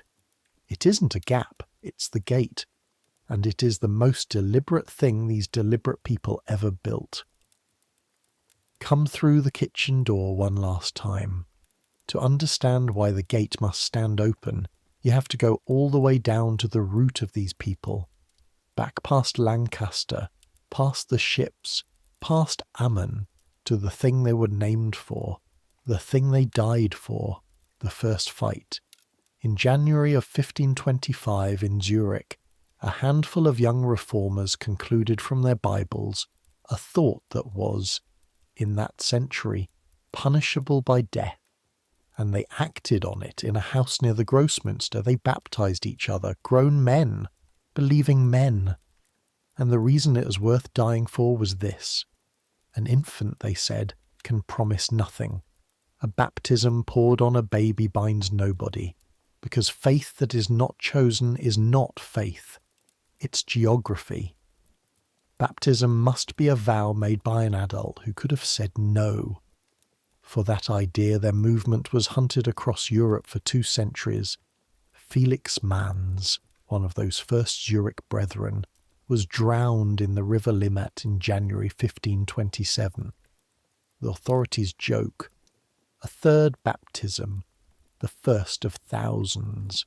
Their martyr book, The Martyr's Mirror, printed in Dutch in 1660, thick as a Bible, and standing tonight in Amish farmhouses next to the Bible, is full of them. And of every story in it, the one the plain people have carried closest for 3 centuries is Dirk Willems, Holland, 1569. An Anabaptist fleeing arrest across a frozen pond, and the ice held him and broke under the guard chasing him. And Dirk Willems, hold this in the dark a moment, turned around, went back across the ice, pulled the drowning man out, was arrested by him or under his warrant, and was burned at the stake within days. That is who these people believe they are on their best day. And that entire faith, the beards and the buggies and the shanties and the schools and everything else on tonight's list stands downstream of it. That entire faith rests on one hinge. The vow must be chosen, which means, follow the logic, it is as clean as a beam.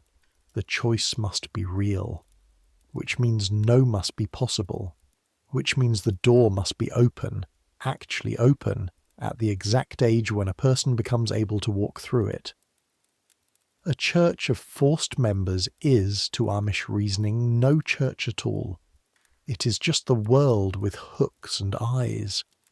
So they built the open gate into the fence on purpose, and they send every single child they love toward it at 16, and they wait, sometimes for years. The waiting is Rumspringa, not a vacation from the faith. The faith at its most nerve-holding.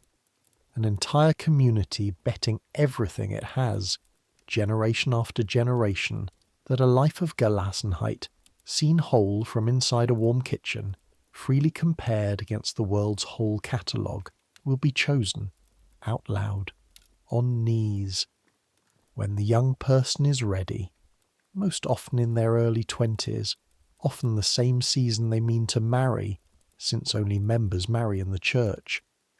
They go to the ministers and ask for baptism, and are instructed for months in the old articles of faith, and are asked before the vow in front of everyone whether they are sure. And the old counsel, documented in the community's own practice, is the gravest sentence a gentle people ever polished. It is better not to make the vow than to make it and break it, because one line now, and only one, for this is another episode's country and a heavier one, the vow has a far side.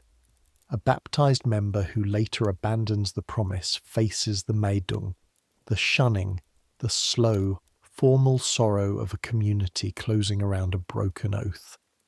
That door and its weight get their own night. Tonight needs only this much of it. The vow is mortally serious, and that is exactly why the years before it are mortally free. And so, the question the whole world always asks at exactly this point in the story, the question you're asking the dark right now, do they come back? They come back. That is the astonishment. That is why this item is number 1. The scholars who later counted, settlement by settlement, decade by decade, and I flag as always that the careful counting came after our 1955, so I'm reaching a few years past our evening for the arithmetic, found that the great majority of Amish young people, having seen the world from the running round years, kneel and join. In most settlements upward of 4 out of 5, and in Lancaster's old order districts closer to 9 in 10, a share that, remarkably, rose across the 20th century even as the world outside grew shinier. The community that gives its children the openest door in sectarian America keeps more of them than the strictest fences ever kept anyone. The fast crowd boy sells the half-secret car most times in the end. The check shirt goes into the rag bag and comes back a doll's body, if you want the whole episode in one image.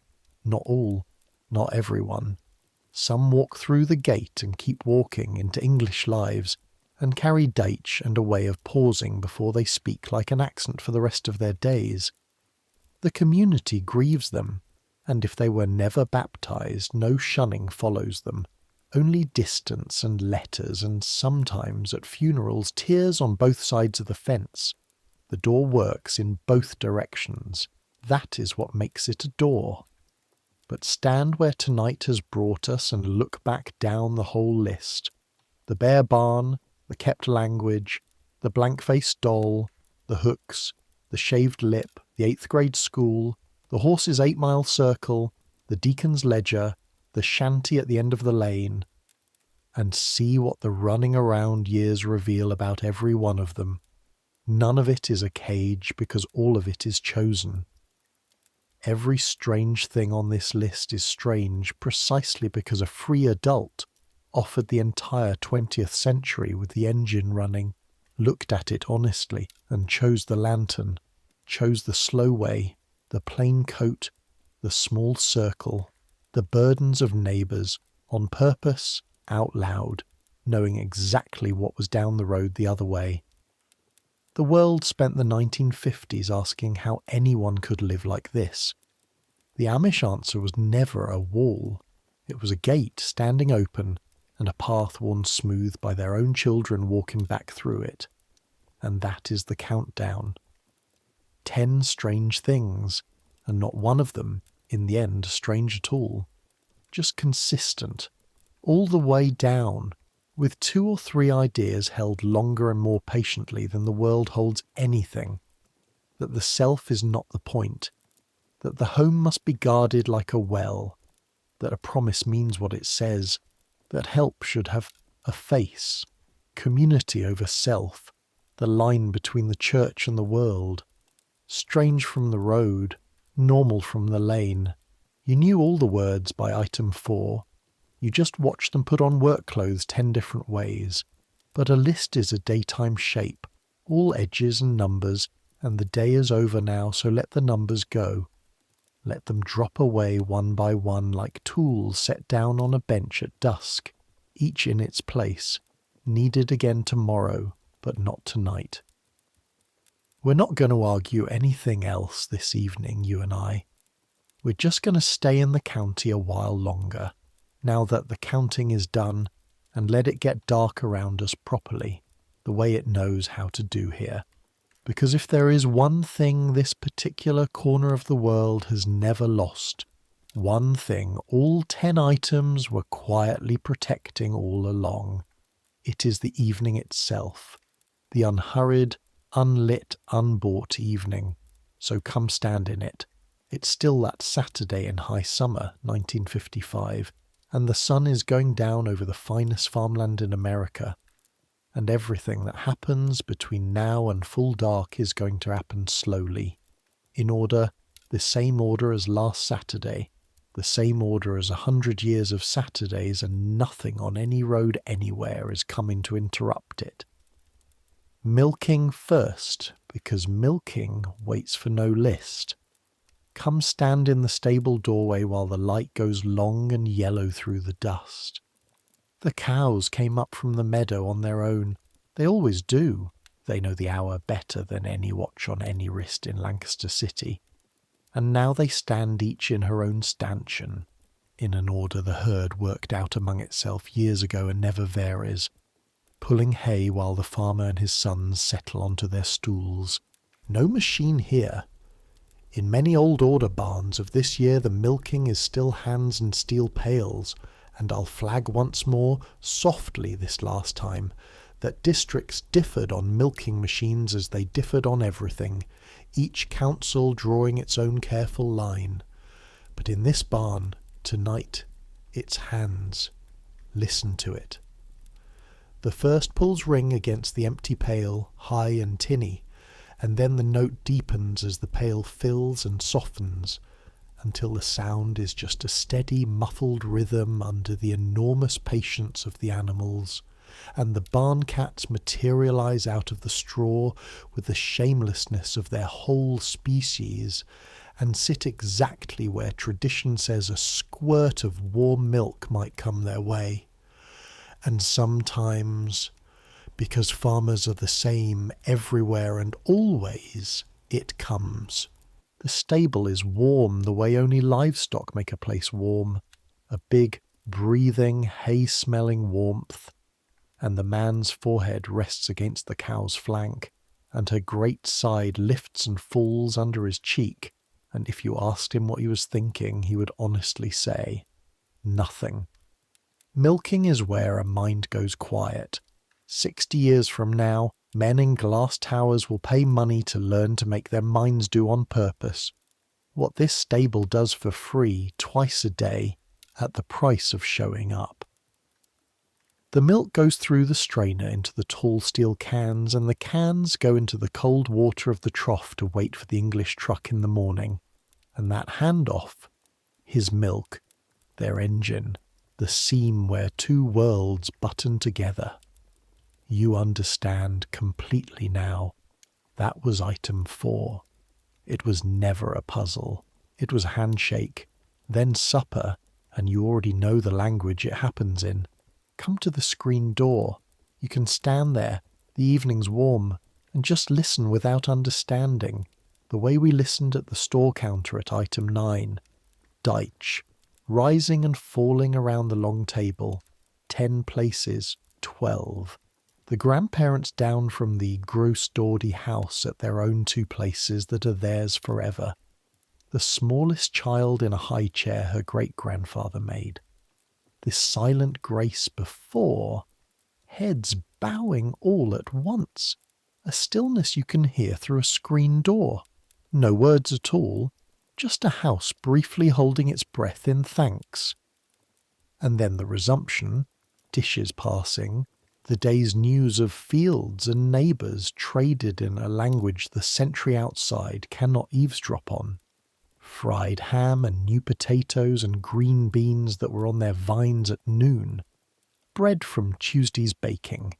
2 pies, because company might come tomorrow, and because pie is not, in this county, dessert.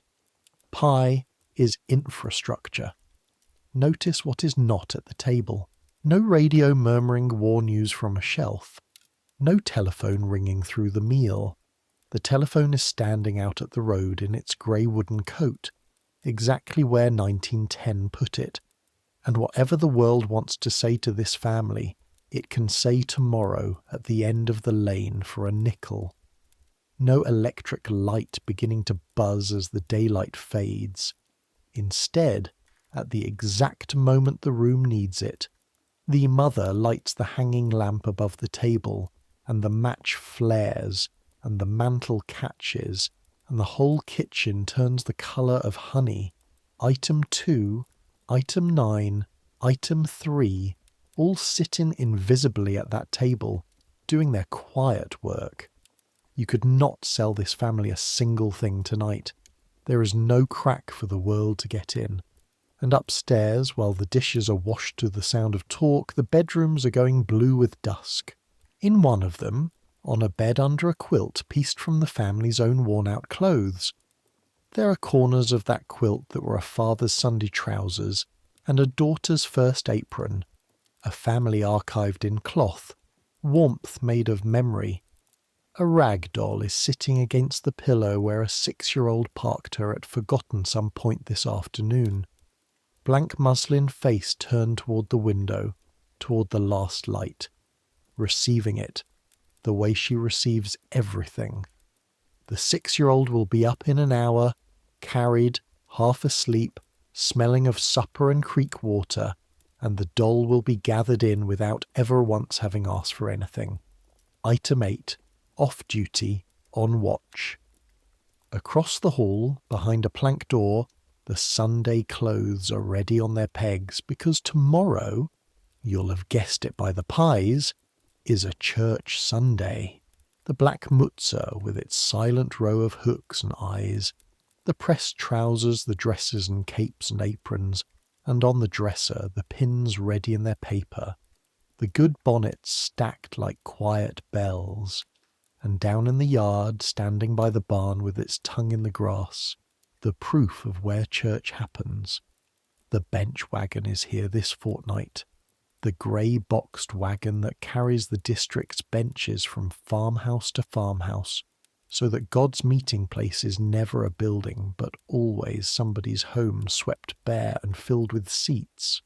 It arrived Thursday, and the benches are already set up in the emptied front rooms, and that is all I'll say of it tonight, because Church Sunday in its fullness is another evening story on this channel, and tonight it's enough to see the wagon in the dusk and know what it means. Tomorrow morning, this ordinary house becomes the church, because the church was never anywhere else. The hooks are ready, the bare lips will be freshly shaved. Items 7 and 6 asleep on their pegs, full dark now, and the sounds sort themselves the way they do only in unelectrified country. The windmill slowing its clock tick as the breeze dies, a screech owl trying its voice down in the woodlot, the deep barn rustle of animals settling, and there, far off on the blacktop, quick hooves and light wheels, the young folks going. 2 caught in buggies, then a third, kerosene side lamps winking, off to the singing over a farm 2 townships east, and in one of those buggies a boy of 19 with his hat at an angle his father's hat has never once achieved, and maybe, folded flat under the seat, a shirt in a check no bishop blessed, and in his chest that enormous, unnamed, entirely universal thing. Saturday night, 16 to 21, the world enormous, and the horse fast and everything still possible. His mother heard the wheels from the kitchen. She'll hear them again, much later, coming back. She has an ear tuned to exactly that gravel. And between those two sounds she will do her worrying the way her mother did it, mostly silently, mostly at the ceiling, and she will not bar the lane, and you now know precisely why not, and what it costs her, and what it buys them all. The gate stands open, the path is worn smooth. Item 1, out there in the summer dark right now, deciding slowly, the way it always decides. In the gross Dawdy house, the lamp goes out first. Grandparents keep the earliest hours, having earned them. In the big house, the lamp above the kitchen table burns a while longer. The father reading the Bible tonight, it's Saturday, through spectacles bought from a peddler, the mother's needle ticking through a hem, and neither of them saying much because after 30 years the silence itself is a conversation. Then that lamp too is carried up the stairs, throwing its circle on the treads, and the house goes dark room by room, and stands there in the summer night exactly as it stood in Buchanan's day, breathing, full of sleepers, guarded by nothing but a dog and its own coherence. And the seasons will turn over this exact scene, so let them turn, gently, one time, like the last page flip of an almanac. This same yard in late summer, tobacco harvest, the heavy green leaves speared onto laths, the long shed slatted open, the smell, sweet, dense, half the county's cash crop curing in the dark, and yes, the plain people grew tobacco in these years, an honest wrinkle in the postcard, farmers being farmers.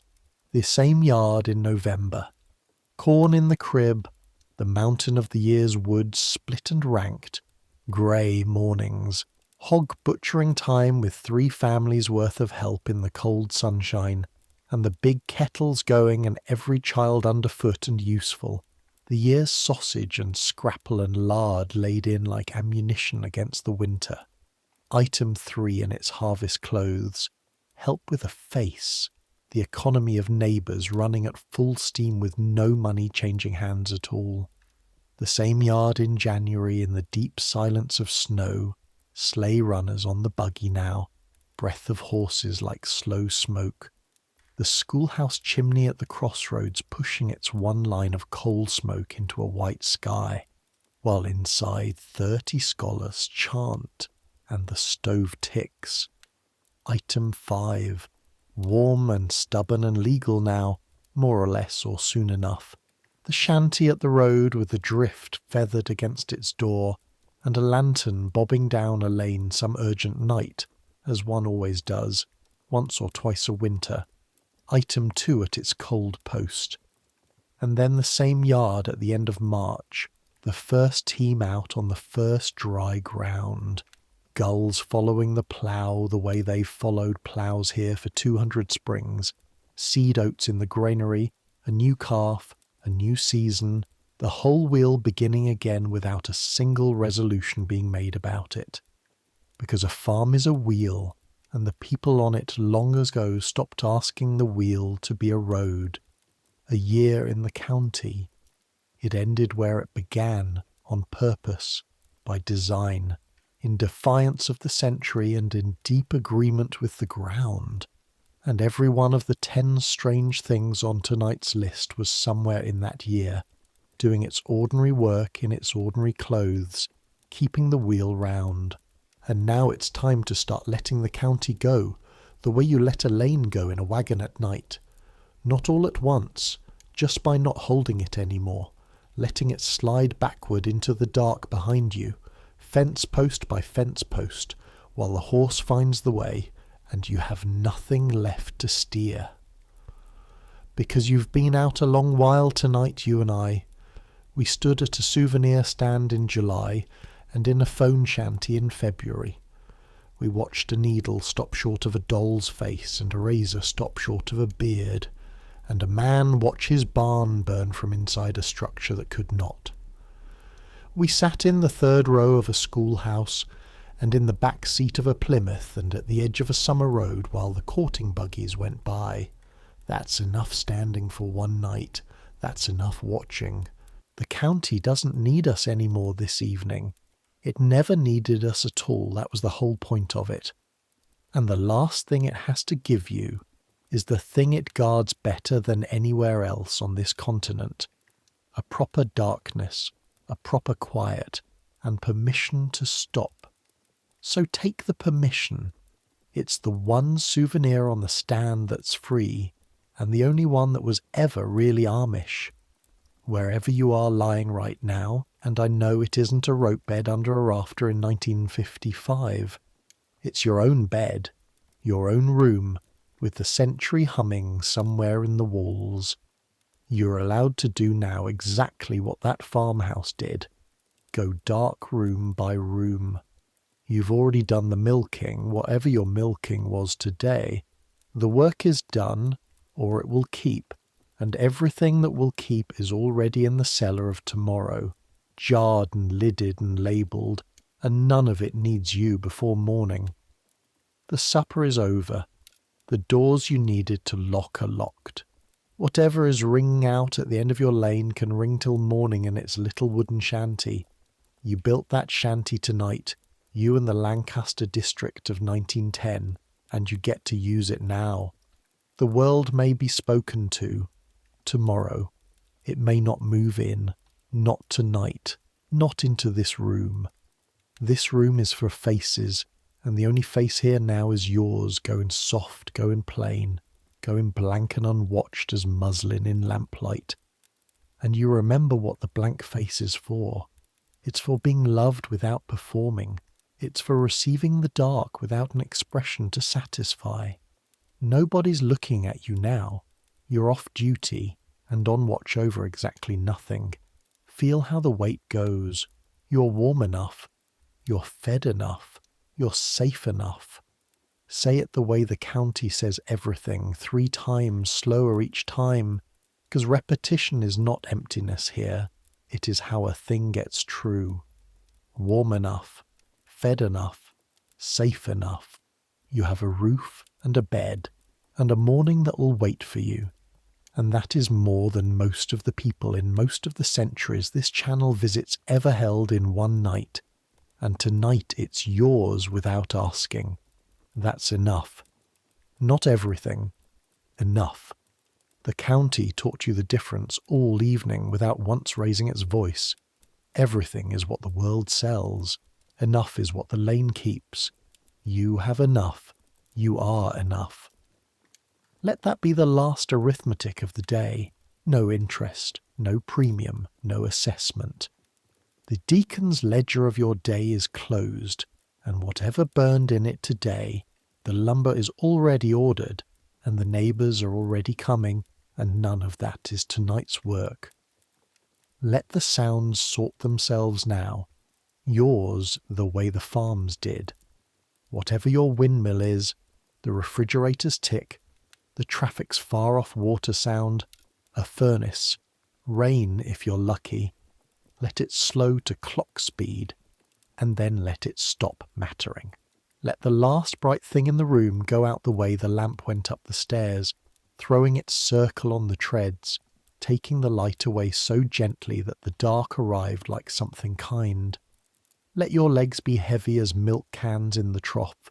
Let your hands lie open, done fastening things.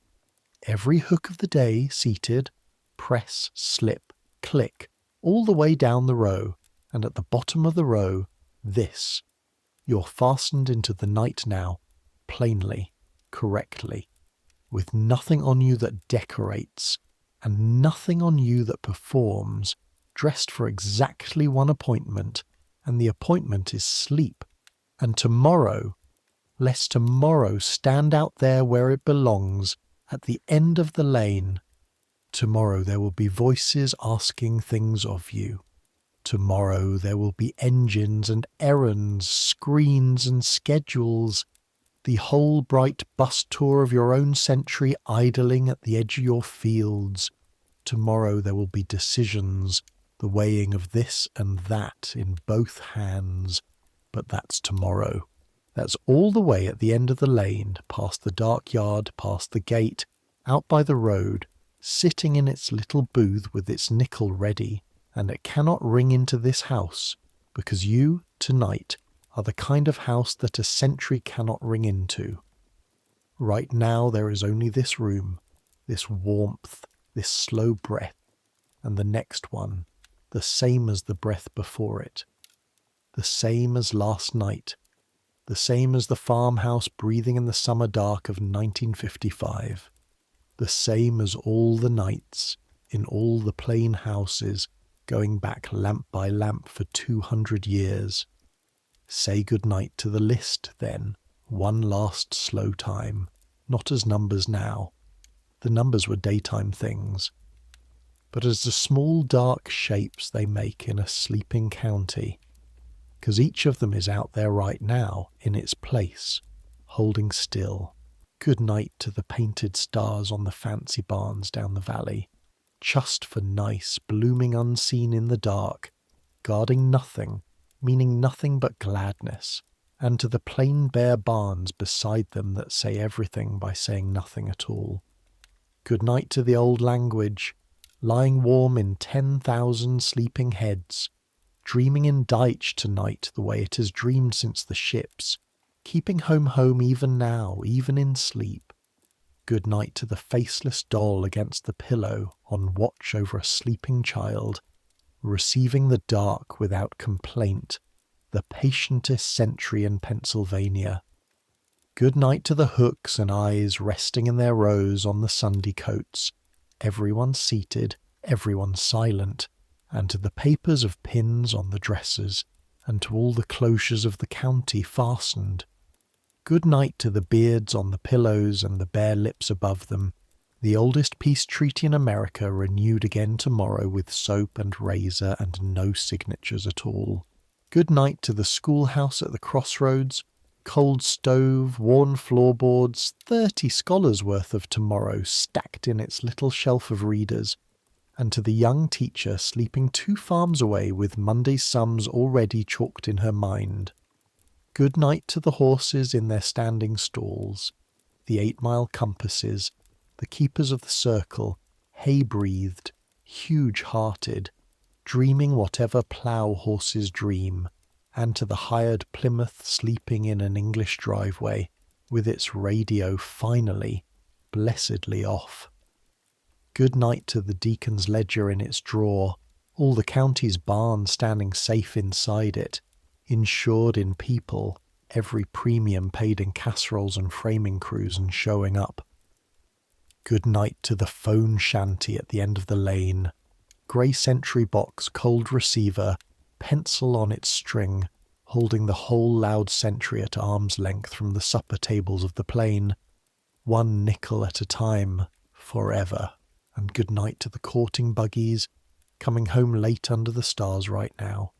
Wheels on gravel, a mother's ear catching the sound and letting go, the gate standing open in the dark, the path worn smooth, the choosing going on, slowly, gently, the way it has always gone on, and the way it will go on long after every voice in this story is quiet. Centuries will pass, they always do. It's the one crop that never fails. The Lancaster County you walk tonight will change past recognizing in 100 small ways. The tour buses will multiply and grow air conditioning. The 2-lane roads will widen. The farms will sprout new lines. The districts will sit in council over, machine by machine, the way they sat over the telephone and the Model T, saying their same patient question at things not yet invented. What will it do to us? The Plymouths will rust away to collectors' barns, and stranger vehicles will hum past the buggies, and the buggies will still be there, grey boxes on high wheels, blinking their lamps at a future that keeps being surprised by them. The shanties will get new instruments in them and stand exactly where they stood. The scholars will keep filing into one-room schools long after the officials who fought them are names on marble.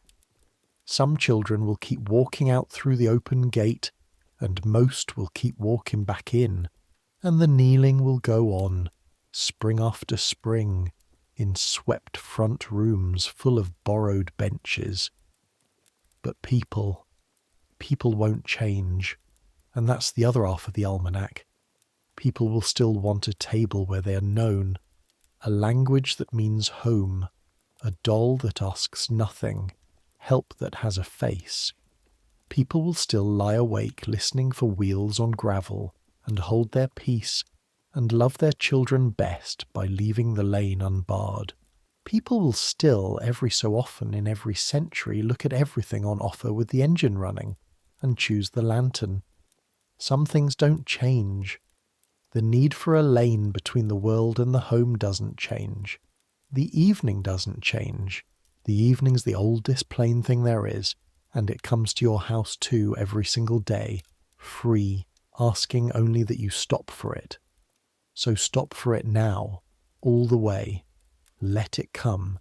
Let sleep take you the way dark takes a farmhouse. Room by room, no hurry, the youngest first. The lamp climbing the stairs, the circle of light getting smaller and softer, until it's only a warmth going along a hallway, and then not even that. Let the county fade, let the windmill slow, let the last far dog and the last owl and the last gravel sound smooth out into that one deep country silence that isn't the absence of anything, but the presence of everything held. Let your thoughts unhitch like a tired team, harness off, led into their own dark stalls, hay in the manger, done pullin' for the day. They worked. Let them stand. Let your breath find the walk-in pace of a horse, coming home with a loose rein, slow and slower, and certain of the barn. You don't have to steer any more. The lane knows the way. You've earned this rest, not because you finished everything. Nobody here ever finished everything. The wheel doesn't finish. It just comes round to the resting place. You've earned it the plain way, by living your one day of it, and now the day is put by, jarred and lidded and down in the cellar of the year with all the others, and the house of you is dark, and the doors of you are latched, and the quilt over you is pieced from everything you've ever worn and worn out, warm because of all of it. Strange from the road, maybe, this life of yours, normal from the lane, enough from right here. The stars are out over Lancaster County now, the real ones, the ones no barn ever needed painted, 12-pointed beyond counting, just for nice, across the whole sky. And under them the county is doing the thing it does best, the thing it kept all its strange rules to protect. Everyone home, everyone known, everyone resting, the world out at the end of the lane where it belongs, and the night moving over the farms like a hand smoothing a quilt. Somewhere a horse shifts its weight in a dark stall. Somewhere a child turns over, and a blank muslin face keeps its kind watch. Somewhere a last lamp miles away across the fields goes out, and no one sees it but you, and then you don't either, because your own eyes are closing now, heavy as the evening, sure as the gate. Let them close. Let the world go small and warm and plain. Let it all be somebody else's errand until morning. Sleep now, the way they sleep on the far side of the fence you visited tonight. Deeply, plainly, insured in people, chosen. And dream, if you dream at all, of a long lane in summer dark, and a lantern, and a slow wheel turning you gently toward morning. And if sleep hasn't quite taken you yet, if you're still here, drifting in the last grey shallows of the evening, then drift with me just a little further, because there's one more slow mile of lane before the yard, and it asks nothing of you at all. No more items, no more reasons. The reasons are all put away now, folded on their shelf like Sunday clothes. You can trust them to be there in the morning. Everyone still true. This last mile is only sounds and weights and the old rocking of things that repeat. Listen. A summer night in farm country runs on a clock with no numbers. First the crickets, everywhere and even, a sound so constant it becomes a kind of silence. Then, much later, the single half-hearted bark of a dog answering a dog you never hear. Then the deep middle watch when even the crickets thin out and the great barns tick as their timbers give back the day's heat, beam by beam, the way you are giving back yours now, shoulder by shoulder, breath by breath, warmth rising off the day of you and drifting up into the dark like the smell of cut hay. Nothing in that whole clock ever hurries. Nothing in it is ever late. Somewhere in the middle of it, every night for 200 years, a whole county has been doing exactly what you're doing now, lying still, growing heavy, forgetting in the right order. First the errands, then the words, then the names, then the day itself, until all that's left is the warm dark and the slow confidence of the next breath coming. You're in good company in this hour. You always were. Half the world is asleep with you, and the other half is only waiting its turn. Feel how far you've travelled from the morning, and how little of it you're still carrying. Whatever you picked up today, the words that stung a little, the task that wouldn't close, the small worry that has been riding in the buggy with you since noon, set it down at the end of the lane with everything else that belongs to the world. It will keep. Worries keep better than anything. They're the one crop that never spoils and never has to be brought in tonight. The plain people you walked among this evening knew 1,000 worries, frost and fire and summonses and suns out late on fast horses, and they lay down anyway every night, under quilts pieced from their own worn days, because they had made their peace with the one plain fact the whole century kept forgetting, that a person is not the manager of the night. The night manages itself. The corn grows in the dark without advice. The cows breathe in their stalls without supervision. The stars wheel over the barn ridge on their old exact errand, needing nothing from the sleeper below but sleep. You can resign now. You can hand back the wheel. Whatever office you held today, fixer, watcher, counter, carrier, the shift is over, the shutters are up, the takings are counted and locked away, and the night has been run competently without your help since long before Lancaster had a name. So let the last of it go now in the old order, the way the lamps went. Let go of the year. It knows its own way around the wheel. Let go of the week, with its lists and its noise. It's out at the road in the shanty, and it can wait there till morning, feeding its nickels to nobody. Let go of the day.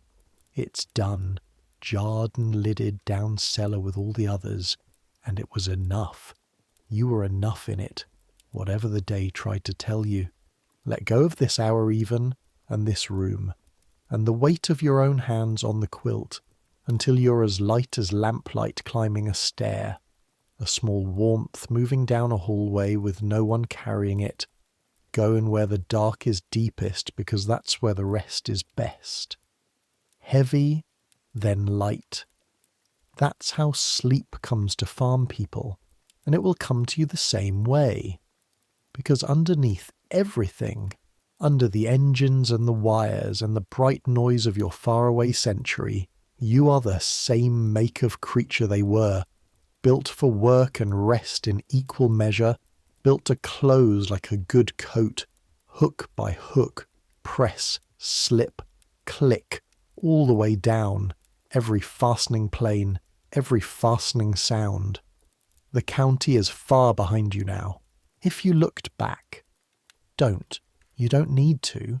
But if you did, you'd see it the way the hawks see it in the morning. The great green quilt of it, field stitched to field, the white houses and the grey barns like buttons a plain tailor allowed himself just once. the lanes running through it all like seams, holding the whole thing together exactly where it has always been held. And the smallest shapes in the pattern, too small to see but there, always there. A bench wagon in a yard, a shanty at a road, a doll on a pillow, a horse in a stall, a gate standing open. Nobody in that pattern is looking back at you.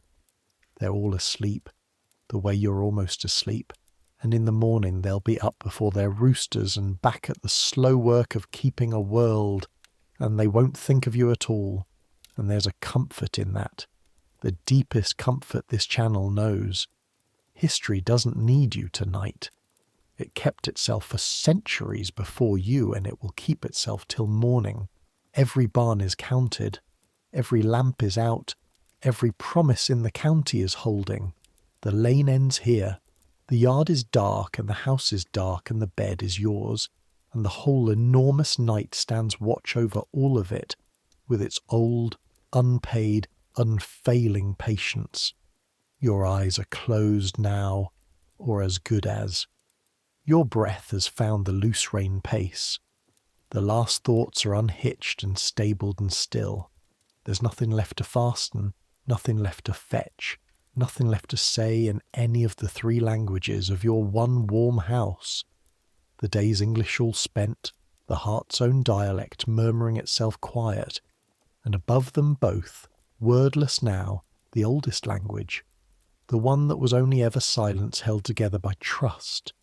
Sleep in that language. It needs no lessons. You've spoken it since before you could speak. And let the morning come when it comes, on its own feet, at its own pace, up the long lane with the light behind it. It always does. That's the promise the wheel makes, and the only one the county ever needed. And until then, from the far side of a fence that was never really a wall, from a summer night in 1955 that is somehow always still going on, take the last plain gift of the plain people, given the way they give everything, quietly and meaning it. Good night.